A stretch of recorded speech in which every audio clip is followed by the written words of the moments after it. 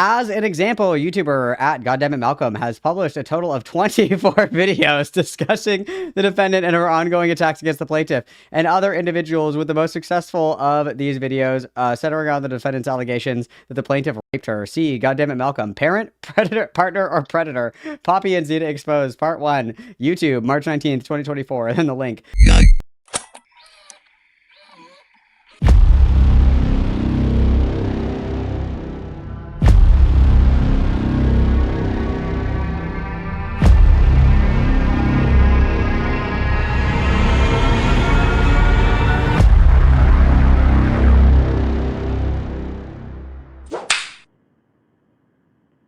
I can't believe this. She doesn't want to talk to us. Hell yeah. Dude, Let's go, girl. You sound like you're in a fucking box. Where are you right now? Oh, I've been driving. Oh, I'm okay. rushing for... Do you want to come back when you're not driving so you don't, like, kill a small family? No, I only want to do this when I'm driving. Oh, that's okay. Very Lio-coded. I love your cosplay. It's great. Yeah. Okay. Are you ready to begin with the court proceedings, my lord? Oh, yes. And your friend, and we are friends right now. Oh, you accepted it. Okay, never mind. I take it back. Yeah, Barbie finally. is no longer Dark Triad abuser. Okay, perfect. Okay, so I believe that this is the correct order. Barbie, when you get home, are you gonna jump on your computer? Because I love you so much, but you do sound like shit, and you know it's just very, very grovelly. You sound like you're singing Limp Bizkit. Rolling. That's what it sounds like. I'm literally driving to you right now. We're doing an East Coast, West Coast trip. Oh my Imagine. God, can you imagine coming to see this court case? Oh, if we could watch this court case, I would be so happy. Dude, we can. Did you know? So the predicted, or the tentative court date is September 12th, and that's right in the middle of a Broadway week. So it could be like a massive girls trip. I'm so down. I'll be living in New York City at that time too. We can all hang out. Yeah, in New York too? Hell yes. Absolutely, we've gotta. And during Broadway I'm so week. excited. So it's just going to depend, obviously, if it does go. If they're going to do a trial. It looks like they are going to do a trial, I think, because Poppy is representing herself. But we'll get to that. Poppy and Snowflake also openly listen, both request. there's a saying that says, he who represents himself represents a fool. She who represents herself represents a dumb bitch. And Poppy's fitting into both of those categories right now. Both Poppy and Snowflake are requesting jury trials as well, so that's going to be really fun. That's going to go so well for Poppy. This is so stupid. I love it. I'm so excited. Personally. Also, Snowflake got herself excellent legal representation. This is such a well-written complaint and such a justifiable, I don't know that there's going to be a lot of monetary damages, but this is absolutely worthwhile. Whoever's funding this or anything else, yes. So this is the type of case. Some girl time. It's literally going to be, what is she going to do? What is Poppy going to do when a jury finds that what she thinks is rape is not rape? Crash out on Blue Sky? She's probably just going to start crying and be like, I don't feel safe in the courtroom or something. I don't know. There's going to be a lot. There's going to be so much going on. There is going to be a lot going on. If it's a jury of her peers and they're all trans kittens, she's even more cucked. I have a genuine question for the chat though. What are the over/under odds that Poppy's gonna wear that heinous has-been hotel coat to court? I really hope that happens. What's the over/under on that? I'm taking bets. Well, that's the most formal thing she owns, right? I would believe so. Yeah, she's gonna think I need to wear the most expensive thing I own to court. So it's gonna be the has-been hotel coat. Hopefully she at least washes her hair for trial. I think that would be really helpful. I think that would really help. She'll switch to Penny. Honestly, yeah, she needs to clean up. She needs to be on her bestest, but no judge gives a shit about psychs or shrinks or whatever she thinks that she has done that has given her any gravitas. Her going around and trying to claim these things and then trying to describe why that was quote unquote sexual assault to a judge, and when the judge goes, that's not sexual assault, it sounds like you were falsely imprisoning this person. You can't call them a raper when they're not. That's not the way in which that works. And if Snowflake can prove that there were damages, that goose is cooked.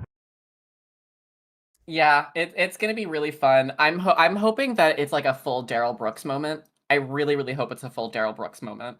I think that'll be amazing. Personally, I can't wait. Um, Barbie, I'm gonna keep an ear on you because you are going in and out, but I will keep an ear on you to let you know if you need to readjust. Is everybody ready to begin? Can you screen share on Discord the court docs so we can read them together? Yes, I can. All right, thank you, King. Yes, Mhm. yes, yes, yes, yes. Are we gonna popcorn read this like we're in middle school? No, because when Lio Convoy does that, it's like I want to pull my teeth out because I'm like, can just one person fucking read? You guys are giving me cancer. Well, if there's anything that you want to read, like just let me. We can. I mean, if anything, we should go like paragraph by paragraph. I don't know if we should do like silly voices and shit. I think that we should just like fucking read it. You know what I mean? Oh, I will not be doing a silly voice. This is way too funny for me to do a silly voice. It doesn't need it. The content itself is funny enough. Okay, so these are redacted. Shout out to Lulu for redacting these. Everybody, witness please. Yes, thank you very much for redacting any and all information. So To be clear, anything private or public, not even public, about Poppy has also been redacted to the best of our abilities because Poppy is that bitch that will complain, even if what you reveal is that her name is in fact Poppy. So thank you very much once again for doing that. Like, I know that that is exhaustive. The Lord's work, truly. yeah, appreciate it Yeah, greatly. big dubs in the chat. Big dubs in the chat for Lulu for doing this for us. You are truly our strongest soldier. Truly our strongest soldier. So I'm going to go ahead and I'm going to switch this over so we can all read. And then let me make this just like a little bit bigger so we can see a little bit better here. Okay. So I've been pronouncing these wrong. It's Karellen, not Carellen. My bad, Monarch. I'm so sorry. Please forgive. And then apparently it's not Neko. It's Nico. Like the name, like Nico, not Neko. That's my bad. I am dyslexic, so please leave me alone. So, this is Snowflake versus Poppy. And this is, please take note. And so this is what was sent to Poppy. So please take note that you are hereby summoned to answer the complaint of the plaintiffs herein to serve a copy of your answer on the plaintiffs at the address indicated below within 20 days after the service of this summons, not counting the day of the service itself, or within 30 days after the service is complete. If the summons is not delivered personally to you within the state of New York, you are hereby notified that should you fail to answer, a judgment will be entered against you by default for the relief demanded in the complaint. And this is from April 8th, 2025. And then we have our, our X'd out information here. And then so we come down here, plaintiff, Snowflake, heretofore, I hate court documents. Heretofore, the quote plaintiff brings the complaint against the defendant, Poppy, and hereby alleges the following. 1. On January 9th, 2024, the defendant Poppy, at a Michigan therapist internet personality streaming under her YouTube account, Xena and Poppy, said the following on her Blue Sky account, quote, believe all victims except when it's me, ellipses. I was sexually assaulted by @noflake.bsky.social, the plaintiff, full stop. 2. The same day, the defendant said the following about the plaintiff, quote, please copy-paste plaintiff assaulted defendant on 12/23/23 via deception after tricking her into coming to New York, a 500-mile trip, to fix the relationship she already knew was dead after she lied about breaking up with her partner who abused Poppy, end quote. 3. On January 12th, 2024, the defendant identified the plaintiff by her chosen name for the first time when she stated, Snowflake assaulted me.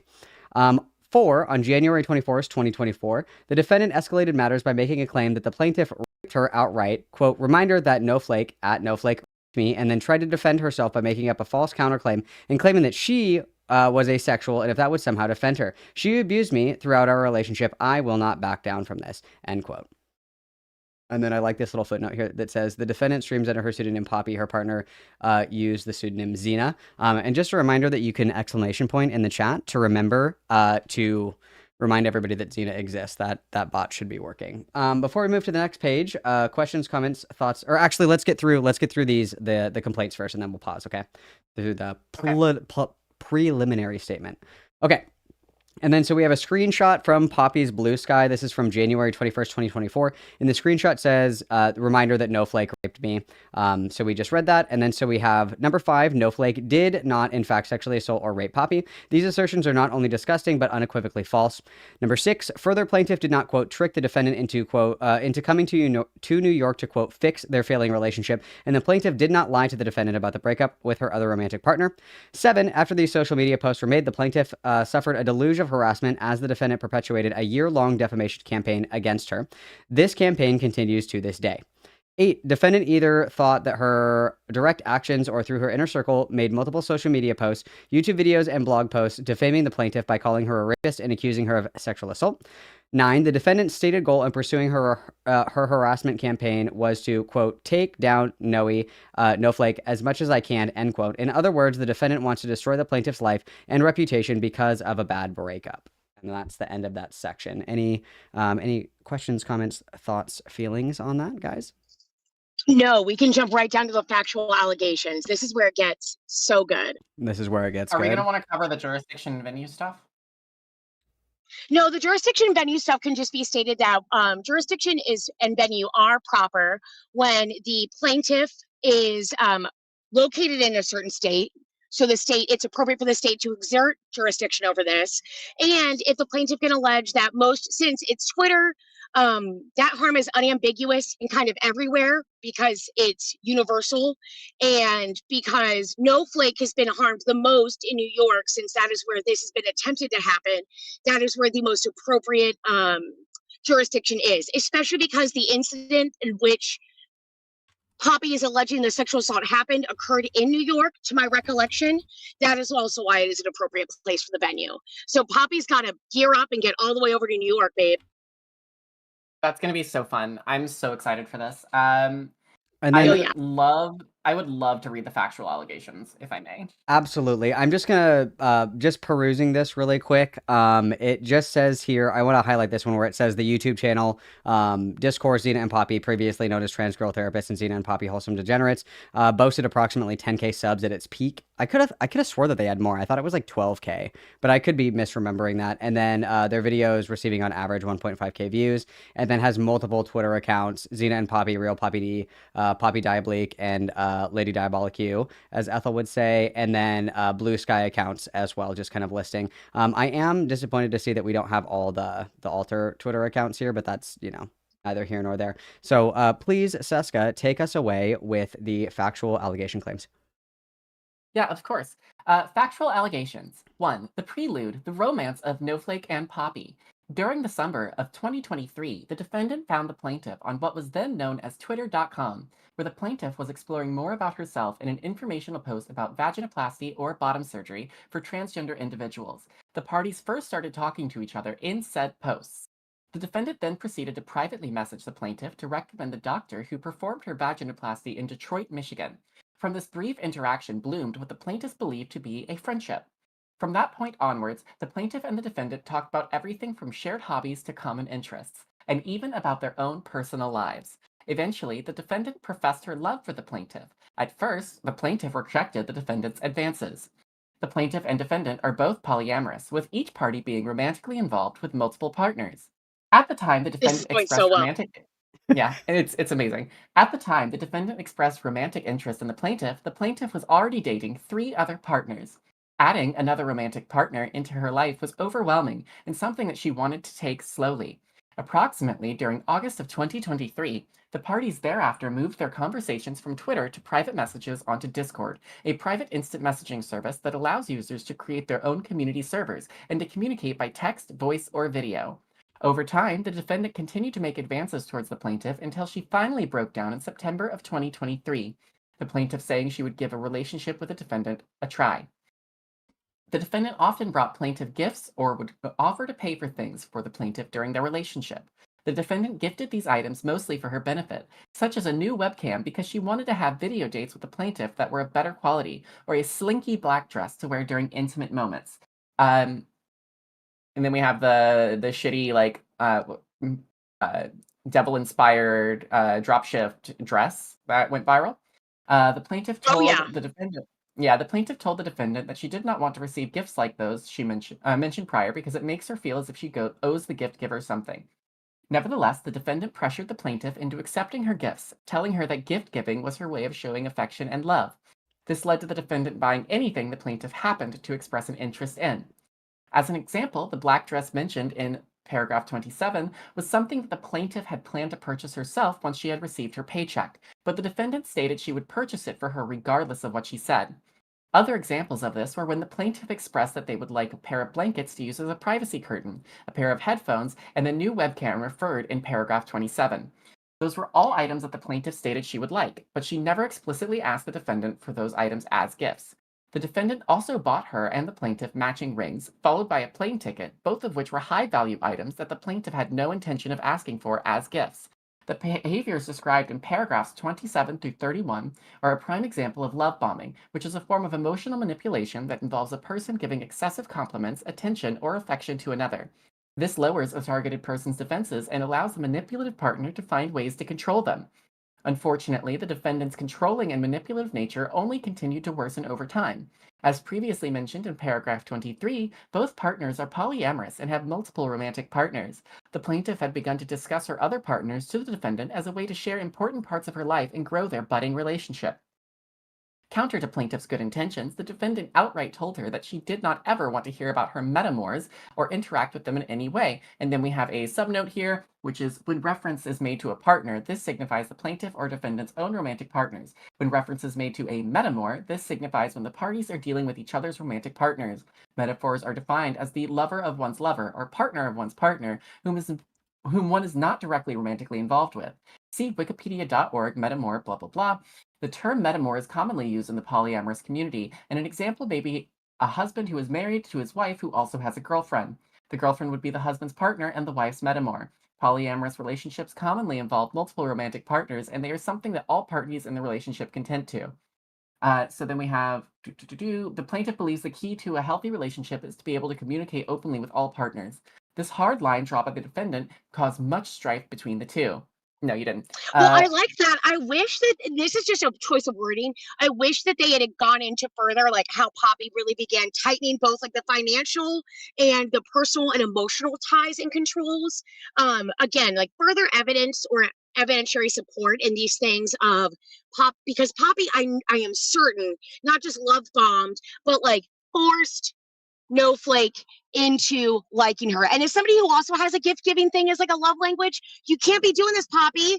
Like, also, you can't be saying that you're starved for money, but then also have enough money to like go out and like flush things for other people, especially if they don't think that it's given freely. Like, it's very different if you're not Paris Hilton. God bless.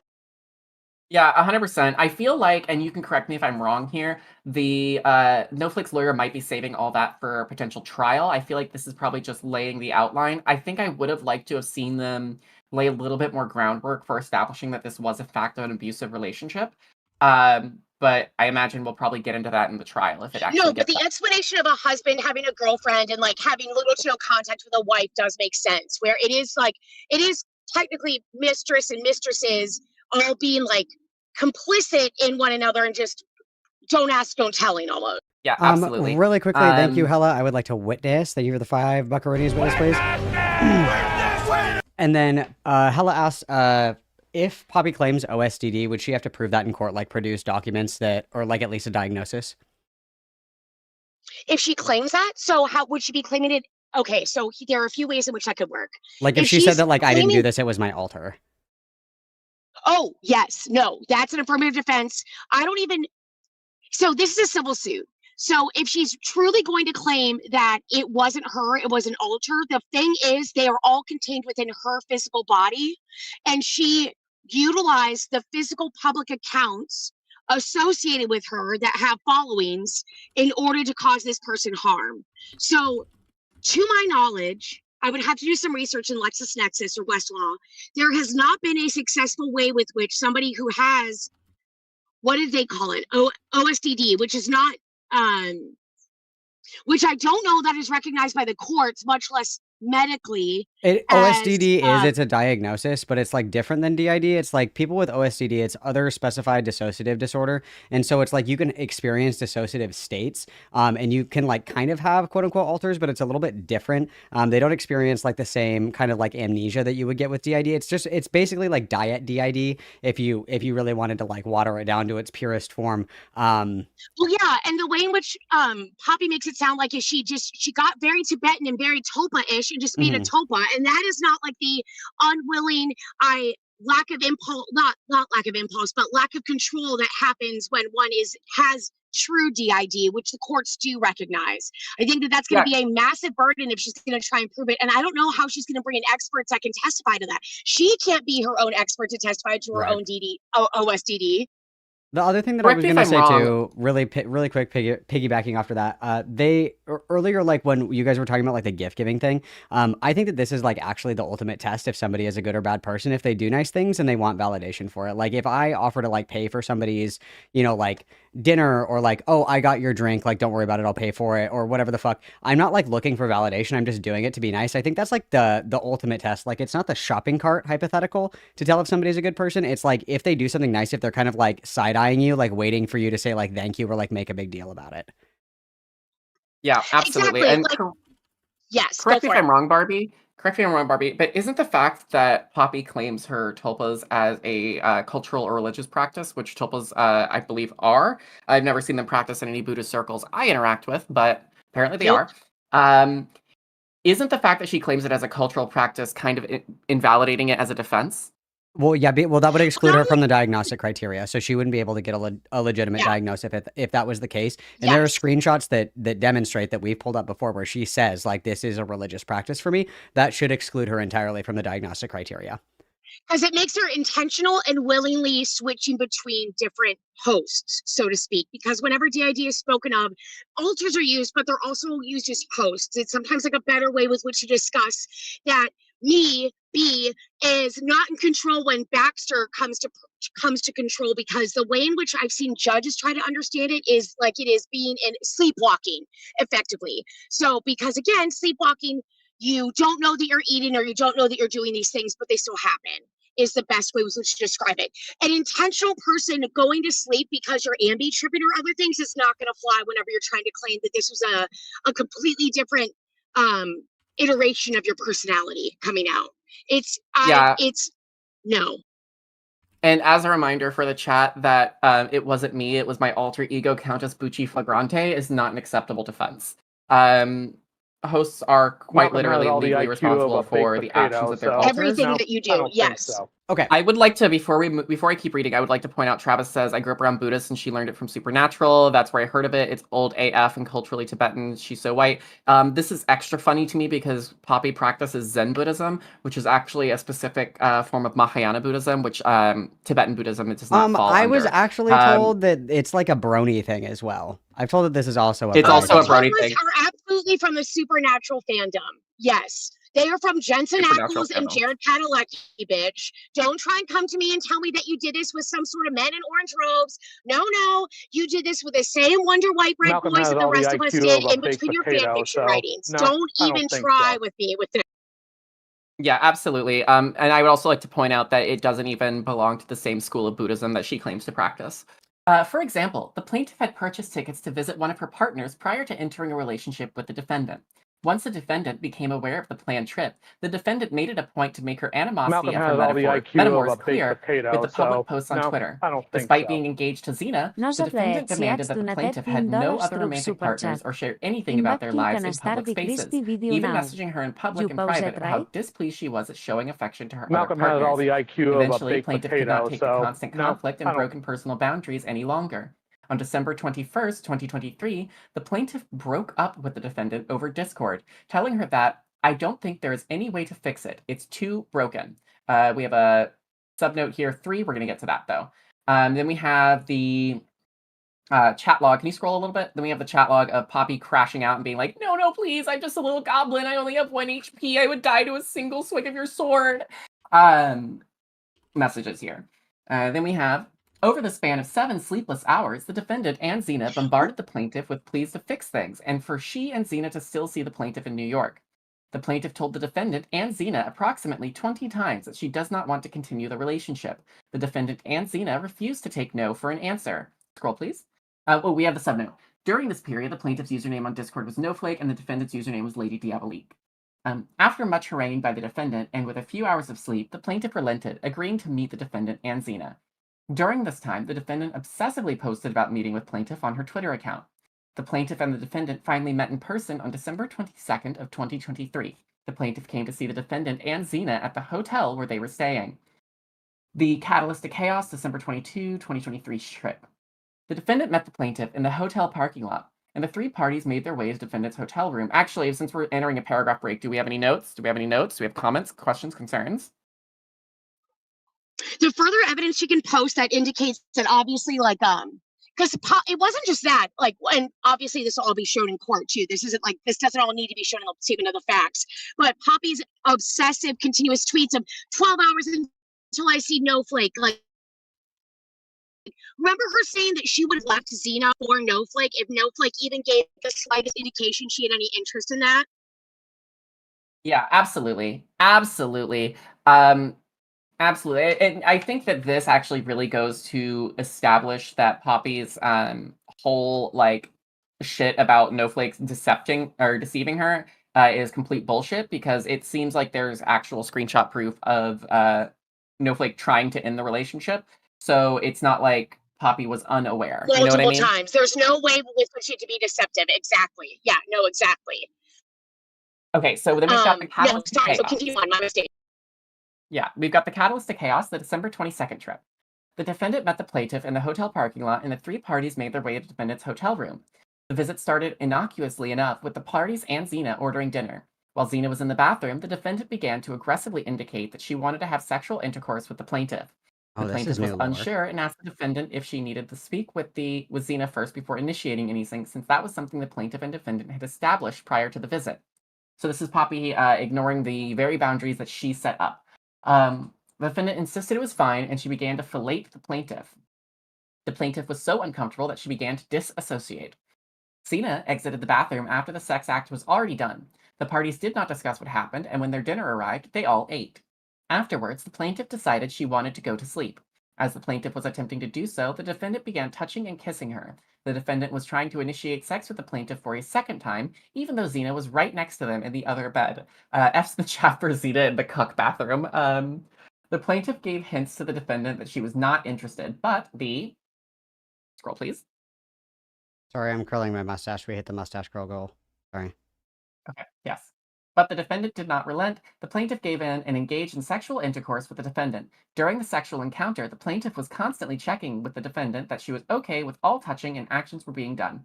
The defendant said yes each and every time. Eventually, the defendant climaxed and the parties went to sleep. Okay, that's page 8. All right. We got any more in here? Got any more in here? Yep, we got a few more. We can keep going. Do we wish to stop to comment, or do we wish to continue? I think this is a great spot to stop and comment, and also Let's continue the juicy stuff. Literally. Okay, yeah, sure. The following morning, the plaintiff woke up at approximately 9 a.m. or 10 a.m. with the defendant still cuddling and kissing her. Xena was upset and feeling ill, so the plaintiff suggested getting some food at a great restaurant nearby. Wow. Xena disagreed with plaintiff's proposed plan and continued to complain, then voicing their anger at hearing the plaintiff and the defendant have sexual intercourse the night prior. The defendant and Xena began to angrily mega cucked. The defendant and Xena began to angrily argue with each other for several hours. Jesus. A common occurrence in their household. Xena then began making plans to leave, which is when plaintiff suggested that both the defendant and Xena leave together. More arguing ensued. Contrary to defendant's hopes, she and the plaintiff relationship was still broken beyond repair, and plaintiff saw this plain as day. The plaintiff then reiterated that everybody should go home, packed her own bags, and attempted to leave. The defendant followed after the plaintiff, with Xena asserting they can work this out. The defendant grabbed the plaintiff's bag and collapsed to the floor of the hotel room, partially blocking the door out. The defendant did not want the plaintiff to leave. The plaintiff was able to free herself of the defendant, and she finally left. The defendant followed the plaintiff to the parking lot of the hotel. The defendant begged the plaintiff that they could work this out, but the plaintiff refused. The defendant took off her matching Luna moth ring and told the plaintiff to take it. The plaintiff replied by offering hers to the defendant instead so that she could get some money back. The defendant refused and gave the plaintiff her ring. They parted ways soon after. After the dust settled, the defendant was alone. Eventually, she went back to her hotel room. Despite being told that the plaintiff had broken up with her, the defendant refused to believe this and employed the same tactic she had used only a few days before. She texted the plaintiff for hours in a desperate attempt to convince her to come back. See Exhibit A. A chain of text messages between the parties, including text messages where the defendant for the first time accuses the plaintiff of using her for sex as a litmus to see if she still had feelings for her. Wow, there's a lot going on here. There's a lot of additional Grabbing someone's bag and refusing to leave. Listen, Homelander would never get me to it. No. You could not waterboard me into acting like this. You really couldn't. No, it's quite literally insane. I have a few questions here. One from Scones and Jam. For Barbie, do you think the financial abuse and coercion might be the angle with the most evidence behind it? What a good question. So it really depends. In court, we never really know what's going to be persuasive to a jury or to a judge. So it people nowadays are very wise to what are patterns of unhealthy and toxic behaviors. So immediately indicating that Poppy harangued Noah into dating her online and immediately started buying things without Noah's permission or asking or any without even any buildup, right? Like for example, like with a guy that I've just seen and we're in like different places. I said, "Oh, do you mind if I send you a card?" I just thought it would be sweet, so we started sending each other letters. But that's very minimal and minor compared to me buying his whole favorite outfit on his Amazon wish list for whatever reason. So it would be very persuasive though of somebody attempting to tighten a noose around the other and then just having, I don't know, this albatross constantly hanging around her neck that just refuses to go any. What would have happened if Xena had stayed home is another question I have. Sure. That's a really good point. I would be really, really curious to see Xena get called to the stand here as a witness. I want to see how that goes. I want to see Xena's cross-examination. Hopefully she's not on the rag though, because if she's got that PMDD going, she will not be able to handle what the bailiff has to say to her. Your Honor, Xena can't testify because she might have a migraine later. She's Very free true. bleeding right now. Thank you. I fucking hate you guys. Yeah. Kai asks how complicated is this case going to be for the judge and the jury? Like, this is obscure knowledge, and like 60% of the time, it's going to be used to explain the terminology. So it's going to be a battle of who can give the most concise story to the judge that makes them, or the jury that makes the most sense. So you're right, but juries have gone through, if this is even allowed a jury trial, mind you, judges and juries have gone through far more complicated things. This so far, the good thing about this complaint is that it's very linear and it makes a lot of sense. Poppy has got to do some backwards and forwards and dip, dive, dodge, duck, dips to try and alleviate herself of all this responsibility, and she is not that limber. Yeah, and it also is the ball is very much in Snowflake's court here because I believe Poppy is also being represented pro se. So I think that like Poppy just does not. She thinks she has the vernacular, but she very much does not have the vernacular to actually engage with this the way that Snowflake's lawyer is going to engage with this. All right, and then we'll do one more, and then we'll move on. You guys can keep posting them in here, but we'll just do a few at a time so we don't get Sunlock terribly long because these are very long documents. DZ asks, will No have many of the defamatory statements that she cites here? Or sorry, allow me to try that one more time. Will No have trouble with many of the defamatory statements that she cites here? They were not said by Poppy herself, but by Annie, Dusk, and others. Does the answer change if it's demonstrated that they coordinated it? So it will change. It depends upon whether or not they've coordinated it. The fact that Poppy provably said, I want to do everything to take No down or to ruin her reputation is going to provably be able to demonstrate to a jury and or the judge.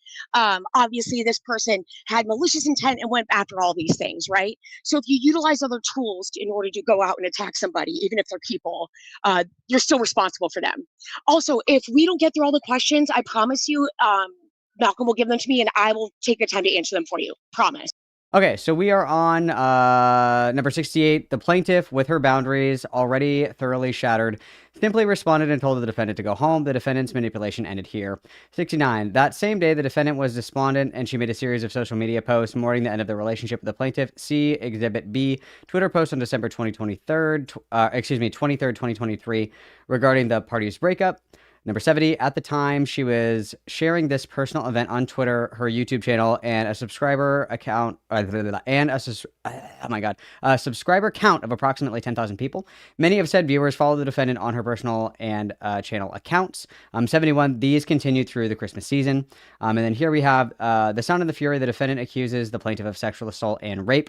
Number 72, slowly but surely the defendant's public sorrow turned into rage, and it was approximately on December 27th, 2023 that the defendant made her first social media account about the plaintiff sexually assaulting her. The plaintiff unequivocally denies sexually assaulting the defendant. And then we have a screenshot here from December 27th, 2023 that Poppy is posting. And this is Poppy posting in Discord saying, I wish I could too.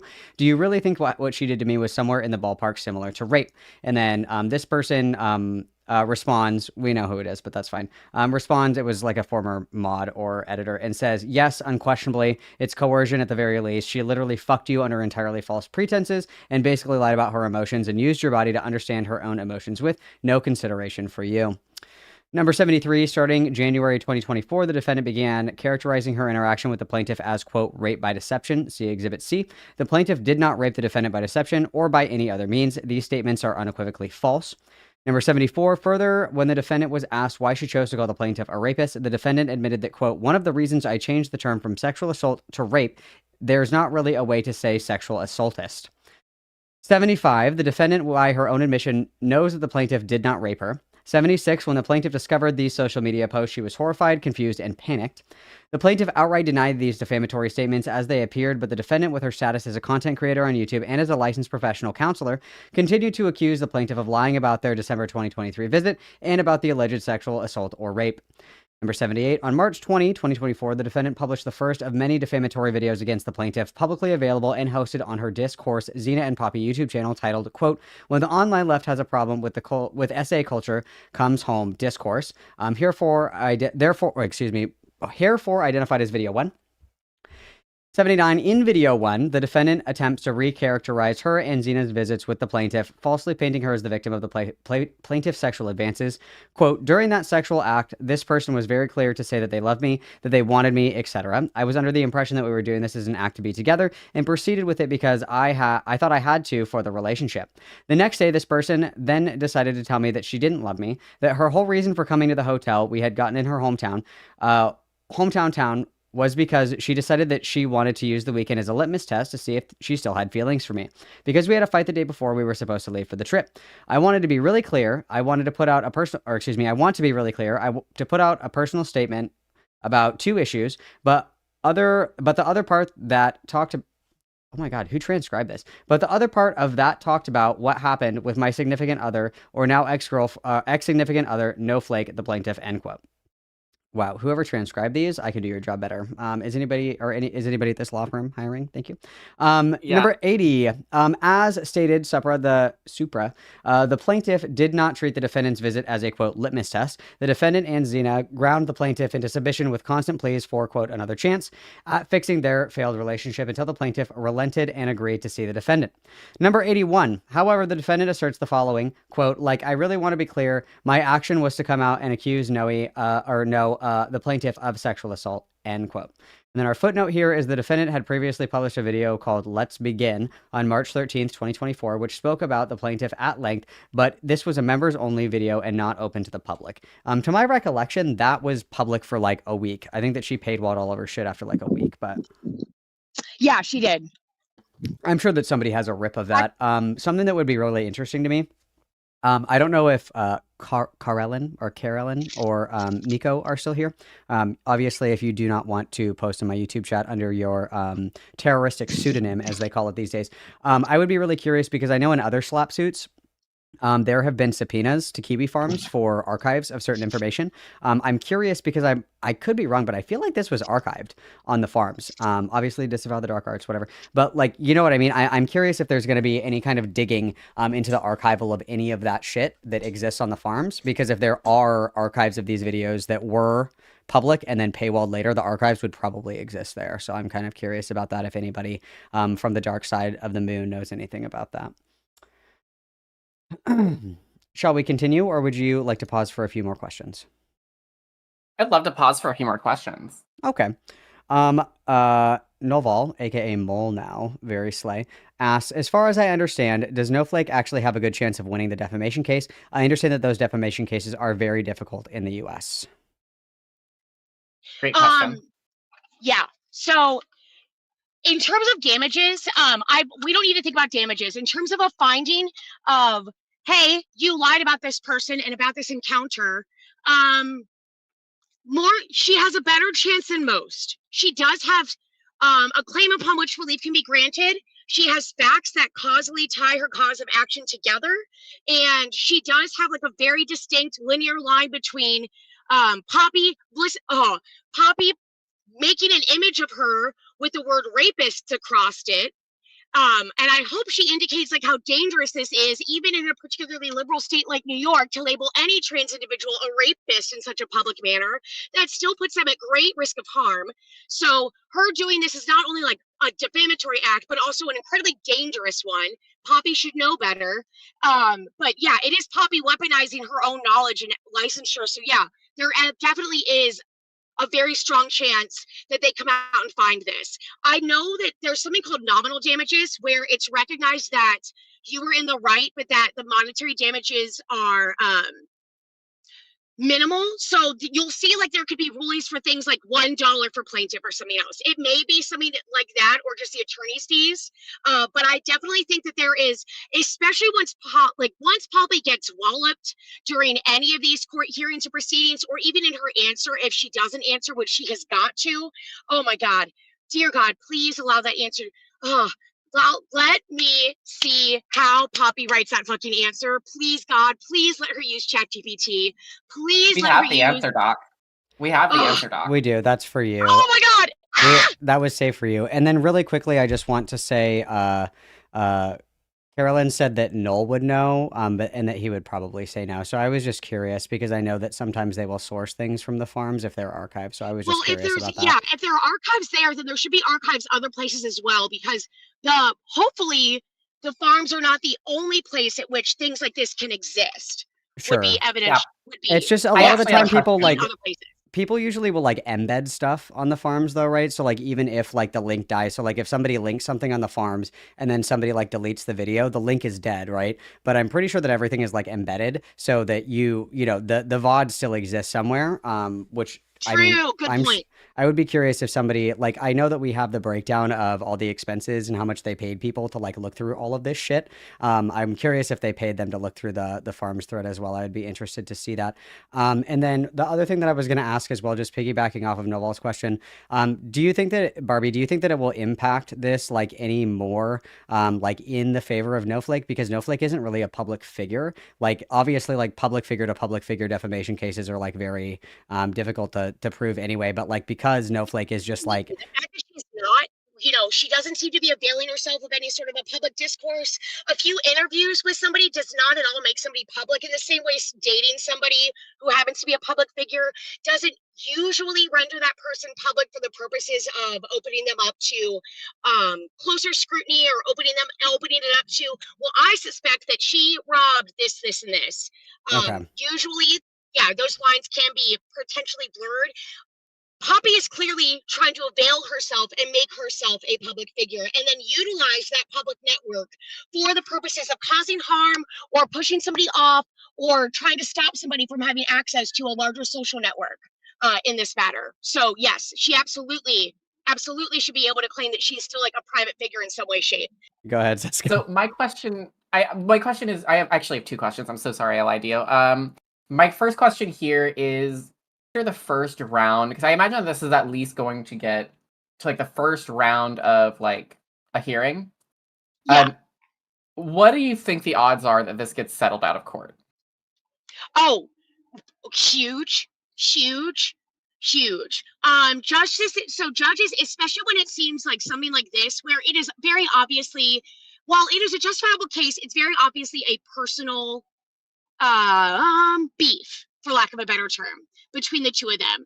So because of that, judges will absolutely, not unduly, but pressure people and state, if we really need to call a jury, we will. But if that is the case, if they have a finding for certain amounts of money or other things, you are screwed. Whether you can or cannot pay it, you will have that judgment following you wherever you may go. She's not doing this in a Michigan court, so she's certainly not doing it to one that potentially could be biased in her favor. Beyond, like, very good. And if Poppy has the common sense God-given gerbil, she will do so. But that would involve a massive public retraction of all these things, and hopefully her coming out and saying, not only was I wrong, that it was, like, you can't pull the Kobe thing of, I thought it was consensual, but it in fact was not. You need to come out and say, I did maliciously lie about this, and do like a full retraction if that is what No deems would actually set her back to rights. Totally fair. My second question here is, how do you think that this Do you think that this could in any way impact Poppy's licensure as a mental health professional? Absolutely. So with any sort of a public action like this, being sued for defamatory efforts, it's going to be logged. I want to be clear. Unless so here's the thing. She intermixes what she does online with her licensed job a lot. So it's not as though they are two different things at all. The way in which she talks to and weaponizes her therapeutic language and or understanding in her relationships could mix those lines such that there could be, I don't want to say an audit or a board, but I have to believe that for licensures, when it comes to therapy or therapists or mental health experts, that there has to be some preclusion that stops you from weaponizing that skill against other lay people in terms of like in the same way that if you know how to beat somebody up, we have a much higher expectation of you to not go out and beat the brakes off of somebody. You know, with like Mike Tyson, he has a higher standard because we do expect that, right? Versus me like flailing around and accidentally hurting someone. It's much less accidental whenever it is a therapist. So I would be curious if this would trigger some sort of an inquiry or questioning or cause her to come before a board. Yes. Okay, and then I Thank have you. one more, and then we can continue on. One for right now, and then obviously, if you guys have more questions, you can always ask. Dusk asks, theoretically, what would happen if the judge or the jury decided within this that no was the one that was assaulted? Would that be like an instant win? Hang on a second. What a good question. So if they decided no was so when a jury renders findings like this, I think the closest thing will have to be something along the lines of the Jean Albright, I think is what her name was, the woman who sued President Trump for defamation and won. So it would have to be something where they would have to find that there was not enough evidence to prove or to make a statement that there was sexual assault that happened. So therefore, she was so in the wrong as to say something like that, as to make it, this is obviously done with like malicious intent, but they won't necessarily be compelled to do a finding of whether rape actually occurred or whether it happened to either party. That could be something that they may try to come to a conclusion. Like juries will sometimes do that where they go beyond the call to question if it helps them factually lay things out. But that may not be a legal conclusion or a factual conclusion that the case could be, that could come out as an answer or a jury verdict, potentially. Again, like the first thing they have to do is make it past like the first hearing, and that's going to be so curious. Beautiful. All right. Would you like to read, Seska, or would you like me to continue reading?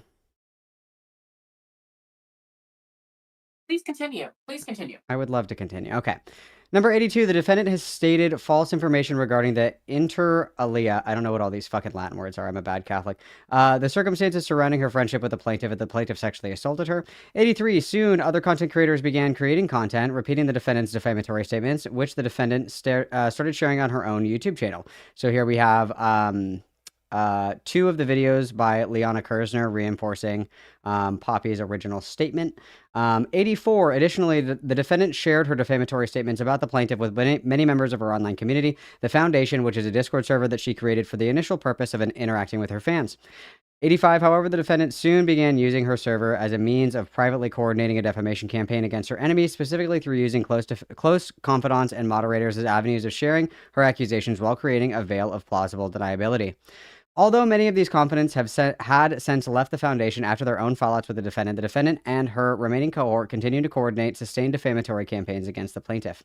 This includes the defendant providing defamatory statements and private information about the plaintiff to Annie Gallagher, herefore referred to as Gallagher, one of the followers who authored two separate documents, one being published on February 29th, 2024, called Lefty Twitter Dog Piles Poppy Dablique for being a rape victim, end quote, and the other being published on June 5th, 2024, called, quote, The Poppy Drama Has Reached a Disgusting Peak, Not Safe for Life, end quote. Both of these articles feature an image of the plaintiff emblazoned with the word rapist directly underneath said image. They didn't include in the Grand Theft Auto font, which is important. I think Unfortunate. it is important to call that out that it was in the Grand Theft Auto font. The defendant Well, provided. this is why she's a Gen Xer and not a millennial, all right? Like, she's just barely trying to keep up with the kids. I know, she's trying hard. The defendant provided further defamatory statements and private information, such as the plaintiff's previous legal name to an unidentified third party who authored these documents called, quote, Melina, great value, Sarah, I don't know how to say this word, Sarah, whatever the fuck. End quote. Sephiroth, whatever. End quote. Said article primarily focuses on another of the defendant's perceived enemies, but also includes the false accusations of rape and sexual assault against the plaintiff. The defendant shared these articles on Twitter, on the Twitter account for her YouTube channel on March 1st, 2024, May 4th, 2024, and June 14th, 2024, respectively. Although the defendant publicly disclaimed any involvement in preparing these documents, in truth, she showed screenshots and private information about the plaintiff and other individuals to authors of said articles, coordinated details and facts that should be included through voice calls in the foundation, and actively edited said articles to ensure that she hurts the plaintiff in the most impactful way possible. See Exhibit D, the defendant's public Twitter post actively promoting the, quote, lefty Twitter dog piles Poppy W for being a rape victim, end quote, and, quote, Melina, great value, Sarah, whatever the fuck it is, end quote, to approximately... That's what I said, yes. To approximately 1,721 people at the time of publication, as well as other social media posts by the defendant and the authors. So here you have a screenshot from May 4th. The joke is that I didn't know you were doing this much. I just gave you the screenshots. Holy fuck, my friend. This is breathtaking. On May 29th...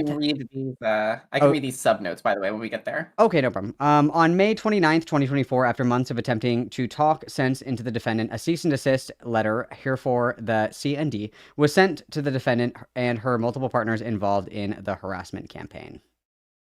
Okay, here we go. FKA, Andrew Gallagher, the Poppy Diabolique drama has reached disgusting peaks. This is a link. Plaintiff's previous legal name was Cody Lawrence. Also, disavow, guys. Bad Lulu. This was supposed to be censored. Bad. I sad air horn for Lulu. Yeah. Bad kitten. Sad air horn. The original article is removed by its original author, but has since been re-uploaded by the defendant multiple sites, with the latest attempt to share the article being on March 6, 2025 through her Fur Affinity art account.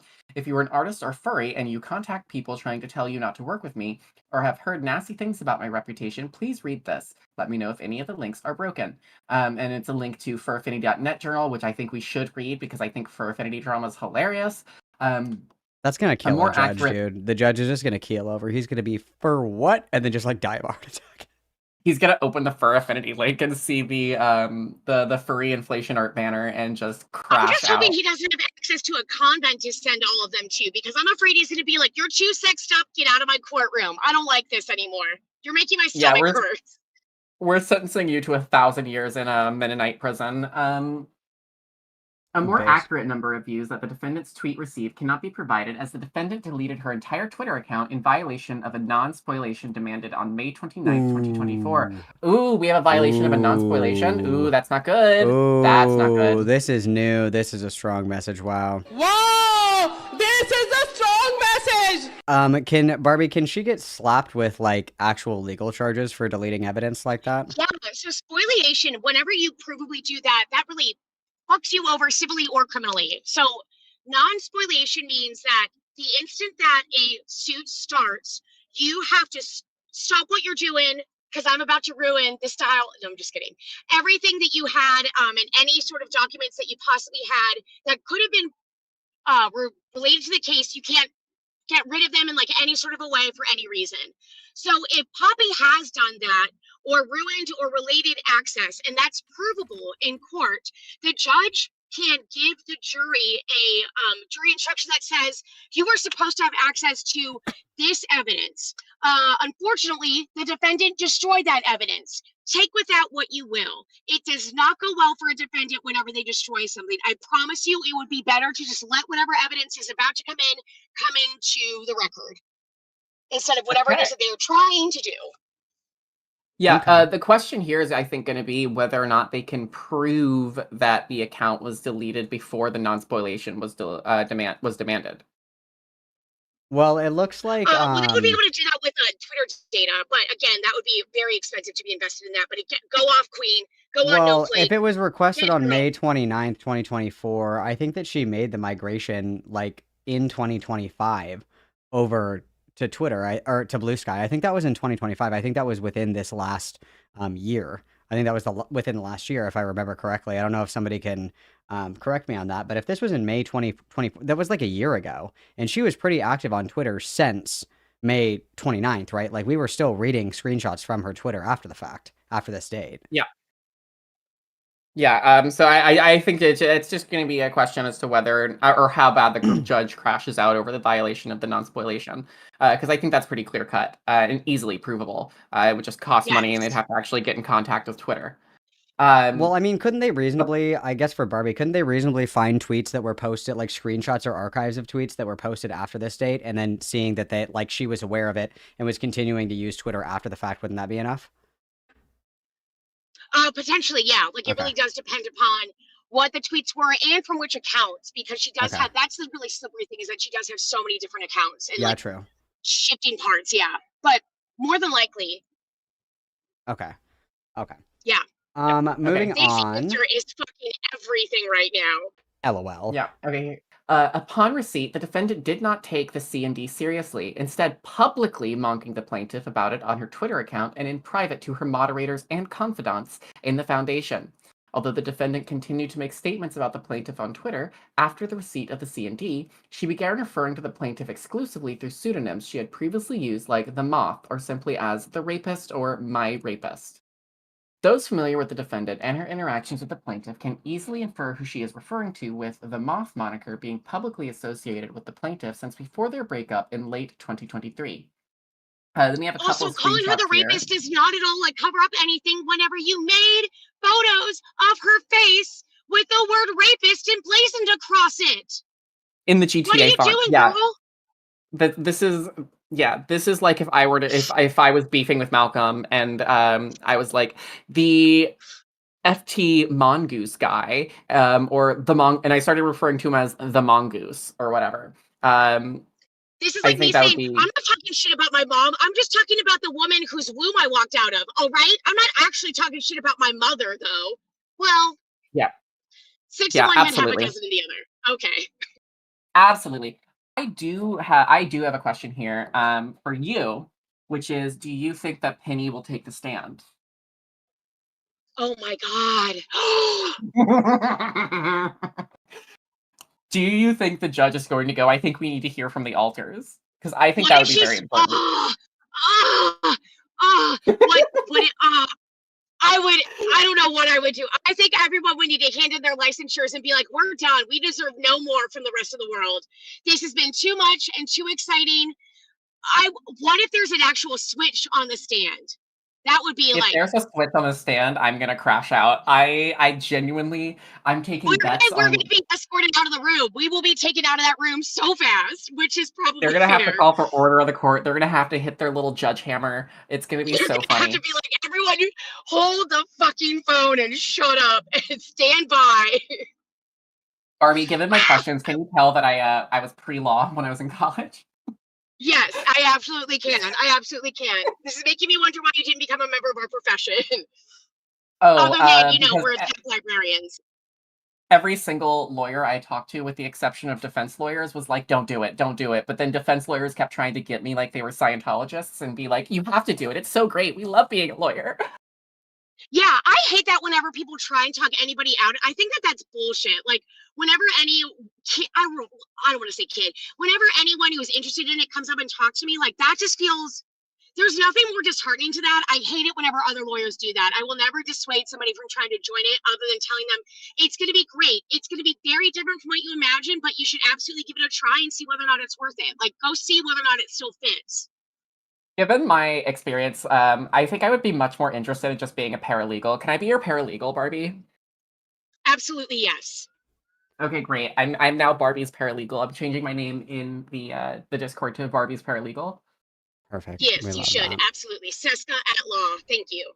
Yeah, Malcolm, we've decided that I'm going to become Barbie's paralegal. Perfect. That's beautiful. Yeah.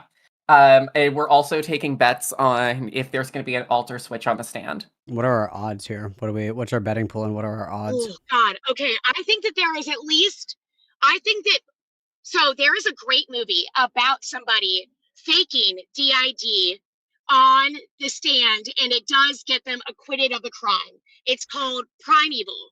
It's It Sybil. has It's the Richard Sybil Gere. case, isn't it? Sybil. Well, there is a Sybil case, but this one has Edward Norton and Richard Gere and Oh, Laura yeah, Linney yeah. in it, I think. Mhm. Yeah. So I guarantee there is going to be some rundowns and memorizations of those movies and some figuring out, which as though those judges have not also watched those movies, like you dumb broad. And there may or may, I'm going to say at least 2-to-1 odds that she does have some sort of an altercation, literally an altercation in the courtroom. What's our buy-in? 10, 5, 20? Yeah, I think it's a $5. I think it's a pretty. It's what Absolutely. My parlay here on the sports betting app is going to be that very specifically, Poppy's going to get backed into a corner, and to try and get out of it, Poppy's going to fake an alter switch. That is my specific idea. That's what's going to happen. Dude, To prove that hell it yeah. wasn't her, she was underneath control of, I don't, Pumpernickel or like Or Thumbelina. her or alter something at the time. ego, her alter ego Countess Bucci Flagrante. I'm here for Yes, that. yes. I'll go in 2-to-1 odds. I'll go in 2-to-1 for $5. I'll go in on that. I think it's worth it. Yeah. Okay, I'm in. Absolutely. All right, you got me. Icon one has more- another bet for us. Icon has another bet for us really quickly, which is that they bet Poppy will accidentally admit to this plan live on stream. Oh, probably Mhm. 100%. If she does stream, I don't know if there's if there's like an injunction on her streaming or not, or if she's just being smart and not streaming. Oh, I has don't she believe not in been Poppy ever streaming doing lately? anything That's smart. fascinating. No, That's a very different change in behavior. Oh. I wonder if I wonder if there's an injunction that we'll get to on that, or if she's being smart for like the first time in her fucking life. But really quick, Noval asked, wait, couldn't Barbie ask to be Poppy's lawyer? And then she could get paid to witness the whole thing. Very true. Very true. Oh my. No. I don't know if Barbie has it emotionally in her to actually try and put forth a defense for Poppy. Listen, even as a public defender, I'm categorically against lost causes. Fair. Oh my god. Did you guys get through this part right here to the screenshots? We got to the screenshots. I didn't read the screenshots because I think we've already all seen them before. Yep. Okay. So Yeah, this we'll is read just the the 2 days, 5 hours, 11 minutes till I come and see you, and then the ring screenshot about like buying the ring for Snowflake. And then Yeah. so the He next, also has ugly hands. Sidebar. yeah, we could moisturize a little more. We're afraid of moisture, I suppose. Yeah, please, What is please going on with her? moisturize. Nothing delicate about those fingers. I don't like it. Joe, I'm bro. really annoyed that it looks like her circulation is being cut off by those rings. Yeah, it's very King Go to a Charles jeweler. coded right now. It's very Yeah, King Charles. it's lyoplastic gloves coated. I fucking hate you guys. Okay, all right. The next one reads, additionally, because the defendant's behavior was so erratic and damaging to the plaintiff, multiple content creators for YouTube and Twitch.com, a video streaming website, reported on the defendant's defamatory statements and the inciting incident that caused this firestorm in December 2023. And then so here we go. Is everybody ready? Is everybody fucking ready for the drop? Is everybody ready? I'm so ready. Read We it. have- Read it. As an example, YouTuber at Goddamnit Malcolm has published a total of 24 videos discussing the defendant and her ongoing attacks against the plaintiff and other individuals, with the most successful of these videos centering on the defendant's allegations that the plaintiff raped her. See Goddamnit Malcolm, Parent, Predator, Partner, or Predator, Poppy and Zeta Exposed, Part 1, YouTube, March 19th, 2024, and then the link. Another example involves a YouTuber at Stardust Lost Media who actively covered the defendant's behavior 16 separate times, or YouTube videos, including a video with 7,000 views entitled Lies, Betrayal, and Slander, the Snowflake story. See Stardust Lost Media, Lies, Betrayal, blah, blah, blah, and then the link, April 8th, 2024. You guys, I'm just going to say it right now. If I get a summons, I'm going to be laughing. So I'm going to have to be like institutionalized because I'm going to be laughing so hard.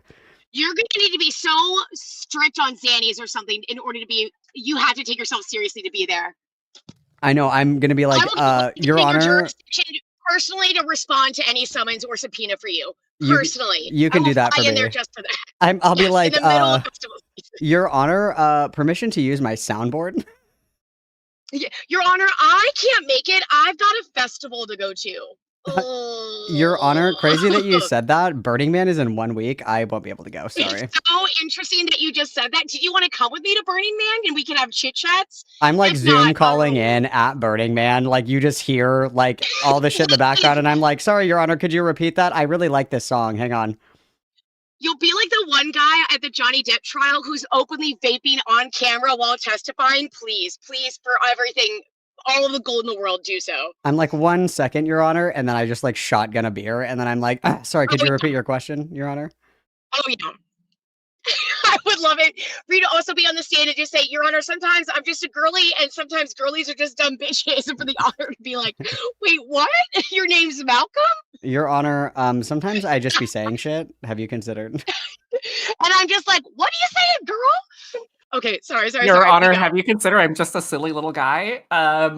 Just a silly little baby. Oh, fuck. Yeah, I'm so excited for this. This is so exciting. I can't believe you were called out specifically. That's so funny. You are technically immortalized in these you're immortalized now in court records for forever. You are a legacy. You'll never be forgotten so long as we keep all court records of every case ever. Amazing. Do you ever imagine when you started this channel doing Goddamnit Malcolm that one day you would be cited in an actual factual defamation case? No, actually, I was like, you should have been prepared for greatness. That's a mistake on your part. My mistake, you guys. I thought that we were just having silly goofy girl time, but here we are. Also, fuck all these bitches that were like, Malcolm, there's like no case for defamation here. You're like not even a fucking lawyer. Literally blow me. Look who's winning now, fuckers. Look who's winning now, fuckers. Okay, sorry. Just defamatorily go fuck yourselves. Literally, fuck you, bitch. Okay, let's continue. All right, so as a direct result of this exposure, the audiences of these content creators knew exactly who the defendant was referring to in Twitter posts and YouTube videos made after the receipt of the C&D dated May 26, 2024. As of today's date, the defendant continues to make social media posts on Blue Sky about the plaintiff and her other enemies. I don't know why I inflected it like that. That's terrible. The defendant's confidants and sycophants also continue to make social media posts defaming the plaintiff with no end in sight. See Exhibit E. So, count 1, defamation per se, libel. So, the plaintiff realleges, incorporates paragraphs 1 through 98 of this complaint. On April 29th, 2024, the defendant published a video on her Xena and Poppy YouTube channel titled, quote, "Oops, all bigots, we need to talk about," I can never pronounce this name, Ben, this is the beta list, and her beta list cult discourse, heretofore identified as, quote, video 2. The contents of video 2 were previously part of a stream aired on April 23rd, 2024, entitled Baitalism and Intra-Trans Community Conflict. In this video, what'd you say? Pause. Do you think that the judge is going to have to learn about Baitals? Yes. Okay, great. Yeah. I really hope that this is like a millennial judge, because if this is anything like the Kyle Rittenhouse case where the judge thought that if you zoomed in on a picture it like fucked up the pixels or shit like that, he's going to be like, can we actually, can you even prove that like Twitter is real? Can you even prove that the internet's real? No, I'm hoping for like a full-on boomer judge, so that the boomer judge is forced to learn about furries. Oh my god. If the boomer judge is like, why can't you just like not, you started dating on a Twitter? Yeah. And then he's going to be like, why are you discussing vaginas or vaginoplasties on Twitter? Yeah, I'm really hoping for a judge like the one that was in that Lio Convoy court call, where Lio Convoy and the judge both kind of like were bonking their heads against the computer because they couldn't figure out how to screen share. I think that my hope is either it's like a young judge or it's like a geriatric judge that's like, what is Google Chrome? What is that? Yeah, exactly. Both of which are going to be spectacular, because one's going to be more in the know and still deeply annoyed, and the other one's going to be so confused but even more annoyed, especially annoyed by a Poppy. It's going to be pretty. Oh yeah, it's going to be great. Okay, so it goes on to say, in this video, the defendant and Xena discussed what they believe are betalists. What betalists are and who they feel in the online streaming and or video community fall into this category. At the 52-minute and 30-second mark in the video, the defendant states, quote, "But again, I want to be clear, the things that these people were wanting to do," the defendant's referencing an article that she is reading during video 2, "was the thing they were claiming to be done, and Snowflake, the person I have accused of basically sexually assaulting me, well, not basically, did, tried to endgame this to go after our channel. I've seen the screenshots," end quote. These statements are untrue and defamatory, and that they falsely allege that the plaintiff sexually assaulted the defendant. The defendant knew or should have known that such defamatory statements were false.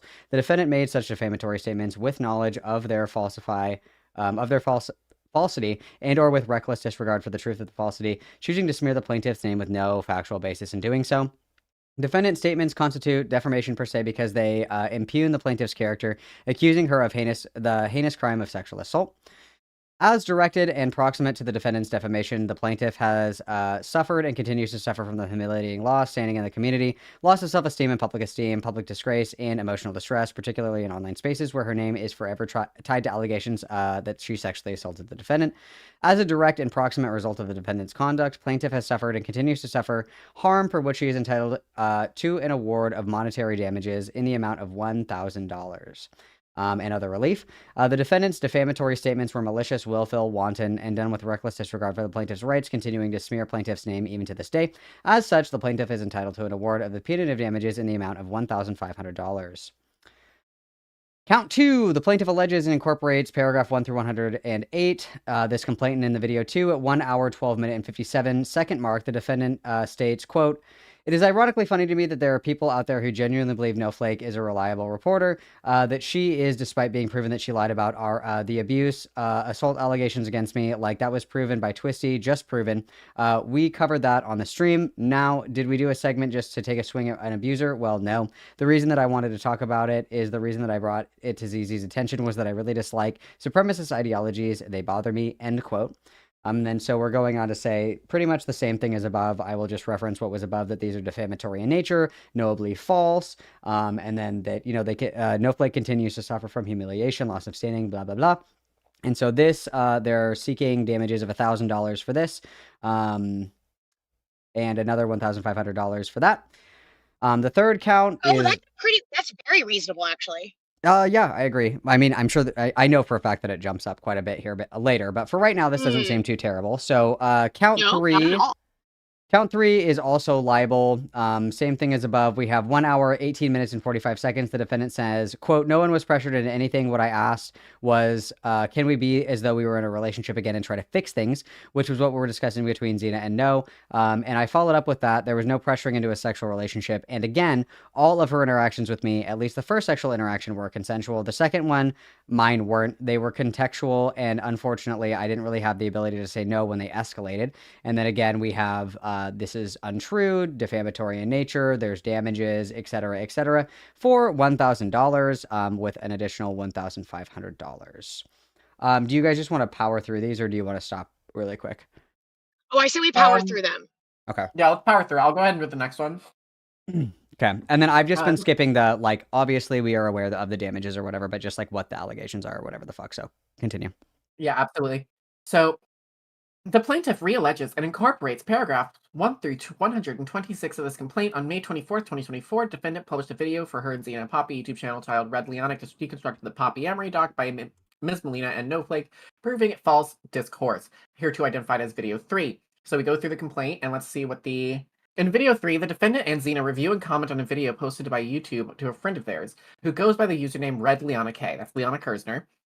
At the 16-minute and 6-second mark in the video, defendant states, "So one thing I think Liana is doing a really good job of elucidating here is the fact that, like, one of the reasons I changed the term from sexual assault to rapist, because saying there's not really a way to say sexual assaultist, but blah, blah. We know about this. We know this." Okay, let's keep going. I want to see the requested amount. $1,000 and other relief. So what is this? We're on count 5. So what is that? We're on count 4 now, right? This is count 4. This is count 4. So this is $1,000. So we have, that's $10,000 thus far. That's where we're at right now. And then I'm going to drag in Don't Smoke in Bed as well. Welcome. Hey, bestie. Welcome, bestie. Hi, lovelies. Don't Smoke in Bed, any statements, concerns, anything that you would like to add before we continue? Oh, my concerns are numerous. Yeah, honestly, I don't even know where to begin with my concerns. My main concern, and we'll get there, is how liable Poppy can be held for the articles written by Annie and the artist formerly known as Nightwild. But yeah, that's my main question. But otherwise, it's going to be interesting. I mean, she would have to bring separate suits against both of those people for being reliant on information that, if they had checked, could have either been seen as like, maybe you just don't talk about it, or is provably not factual. Right? Mm-hmm. Again, there were only 3 people there that night, so we don't really know. However, from the facts that have been presented, one story obviously is far more credible than the other, being Noah's versus Poppy's. With how much Poppy is desperately begging Noah to not break it up with her and to come with her and to come stay with her or to come do any of those things, with how much it's clear like Noah, or excuse me, with how much Poppy is like won't take her foot off of Noah's throat or give Noah a chance to breathe or think or anything else, with how Poppy keeps deploying Xena to her. I think all of those things are very persuasive to me, at least. Absolutely persuasive. And then just really quick, I was sent last night or the other night when we talked to Dusk, I was sent screenshots specifically. I don't know. I'm assuming that they have these. If they've been sent to me, they must be floating around somewhere. But I have screenshots of Poppy giving Dusk both Melina and No's docs for that document. Yeah. And then giving like, information to make it look like, oh, well, this is where you reasonably could have found, so-and-so's legal name and like their information and shit like that. But that information was given to Dusk by Poppy. And there is evidence of that. Yeah. That was what I presumed the argument would be, that there was no way those people could have gotten that information without it coming from Poppy. But yeah, that was my only thought. And if Poppy is not a good attorney, but if she has an ounce of critical thinking, that is probably going to be an argument she makes. Okay, what's the over-under on the judge having a heart attack over this? Pretty high, I think. Honestly, Yeah, that's really going to depend upon how good his executive staff is at keeping him calm, and or whether or not he has a law clerk who can sit him down and start explaining Bussy and other things to him. Or her. Yeah. Or her. That was my internalized misogyny, I'm sorry. Or her. Honestly, that is the kind of thing that a judge would pull me aside in like the vestibule and be like, what does this mean? And I'd be like, I don't think I can. I need you in my chambers for a little bit. And then they're going to look at you. Yeah. They're going to pull out a bottle of something from their private stores and say, what the fuck is going on? What is this? They're going to be incredibly hostile because they don't understand it, and they're going to need to be walked through it with a handheld. Oh, yeah. It has happened to me before where a judge has brought me to chambers and been like, can you please explain something?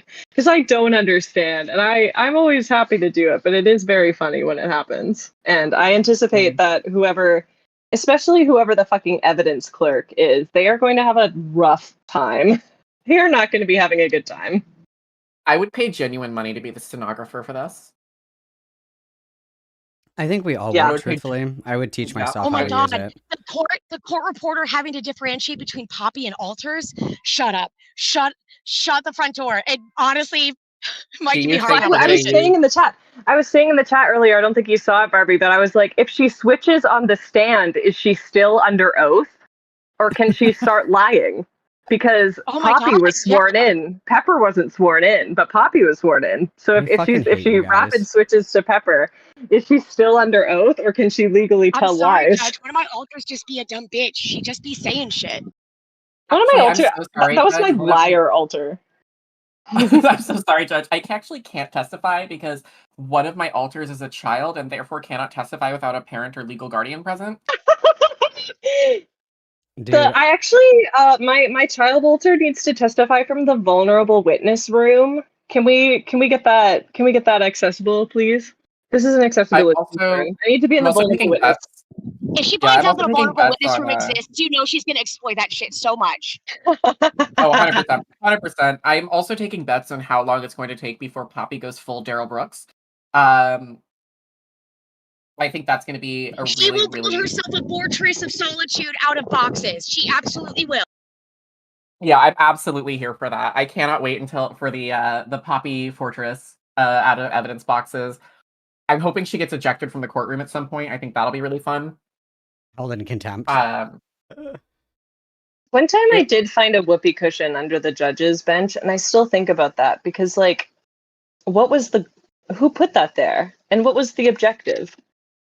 But anyway. I'm so mad that the one time I got jury duty, they removed me.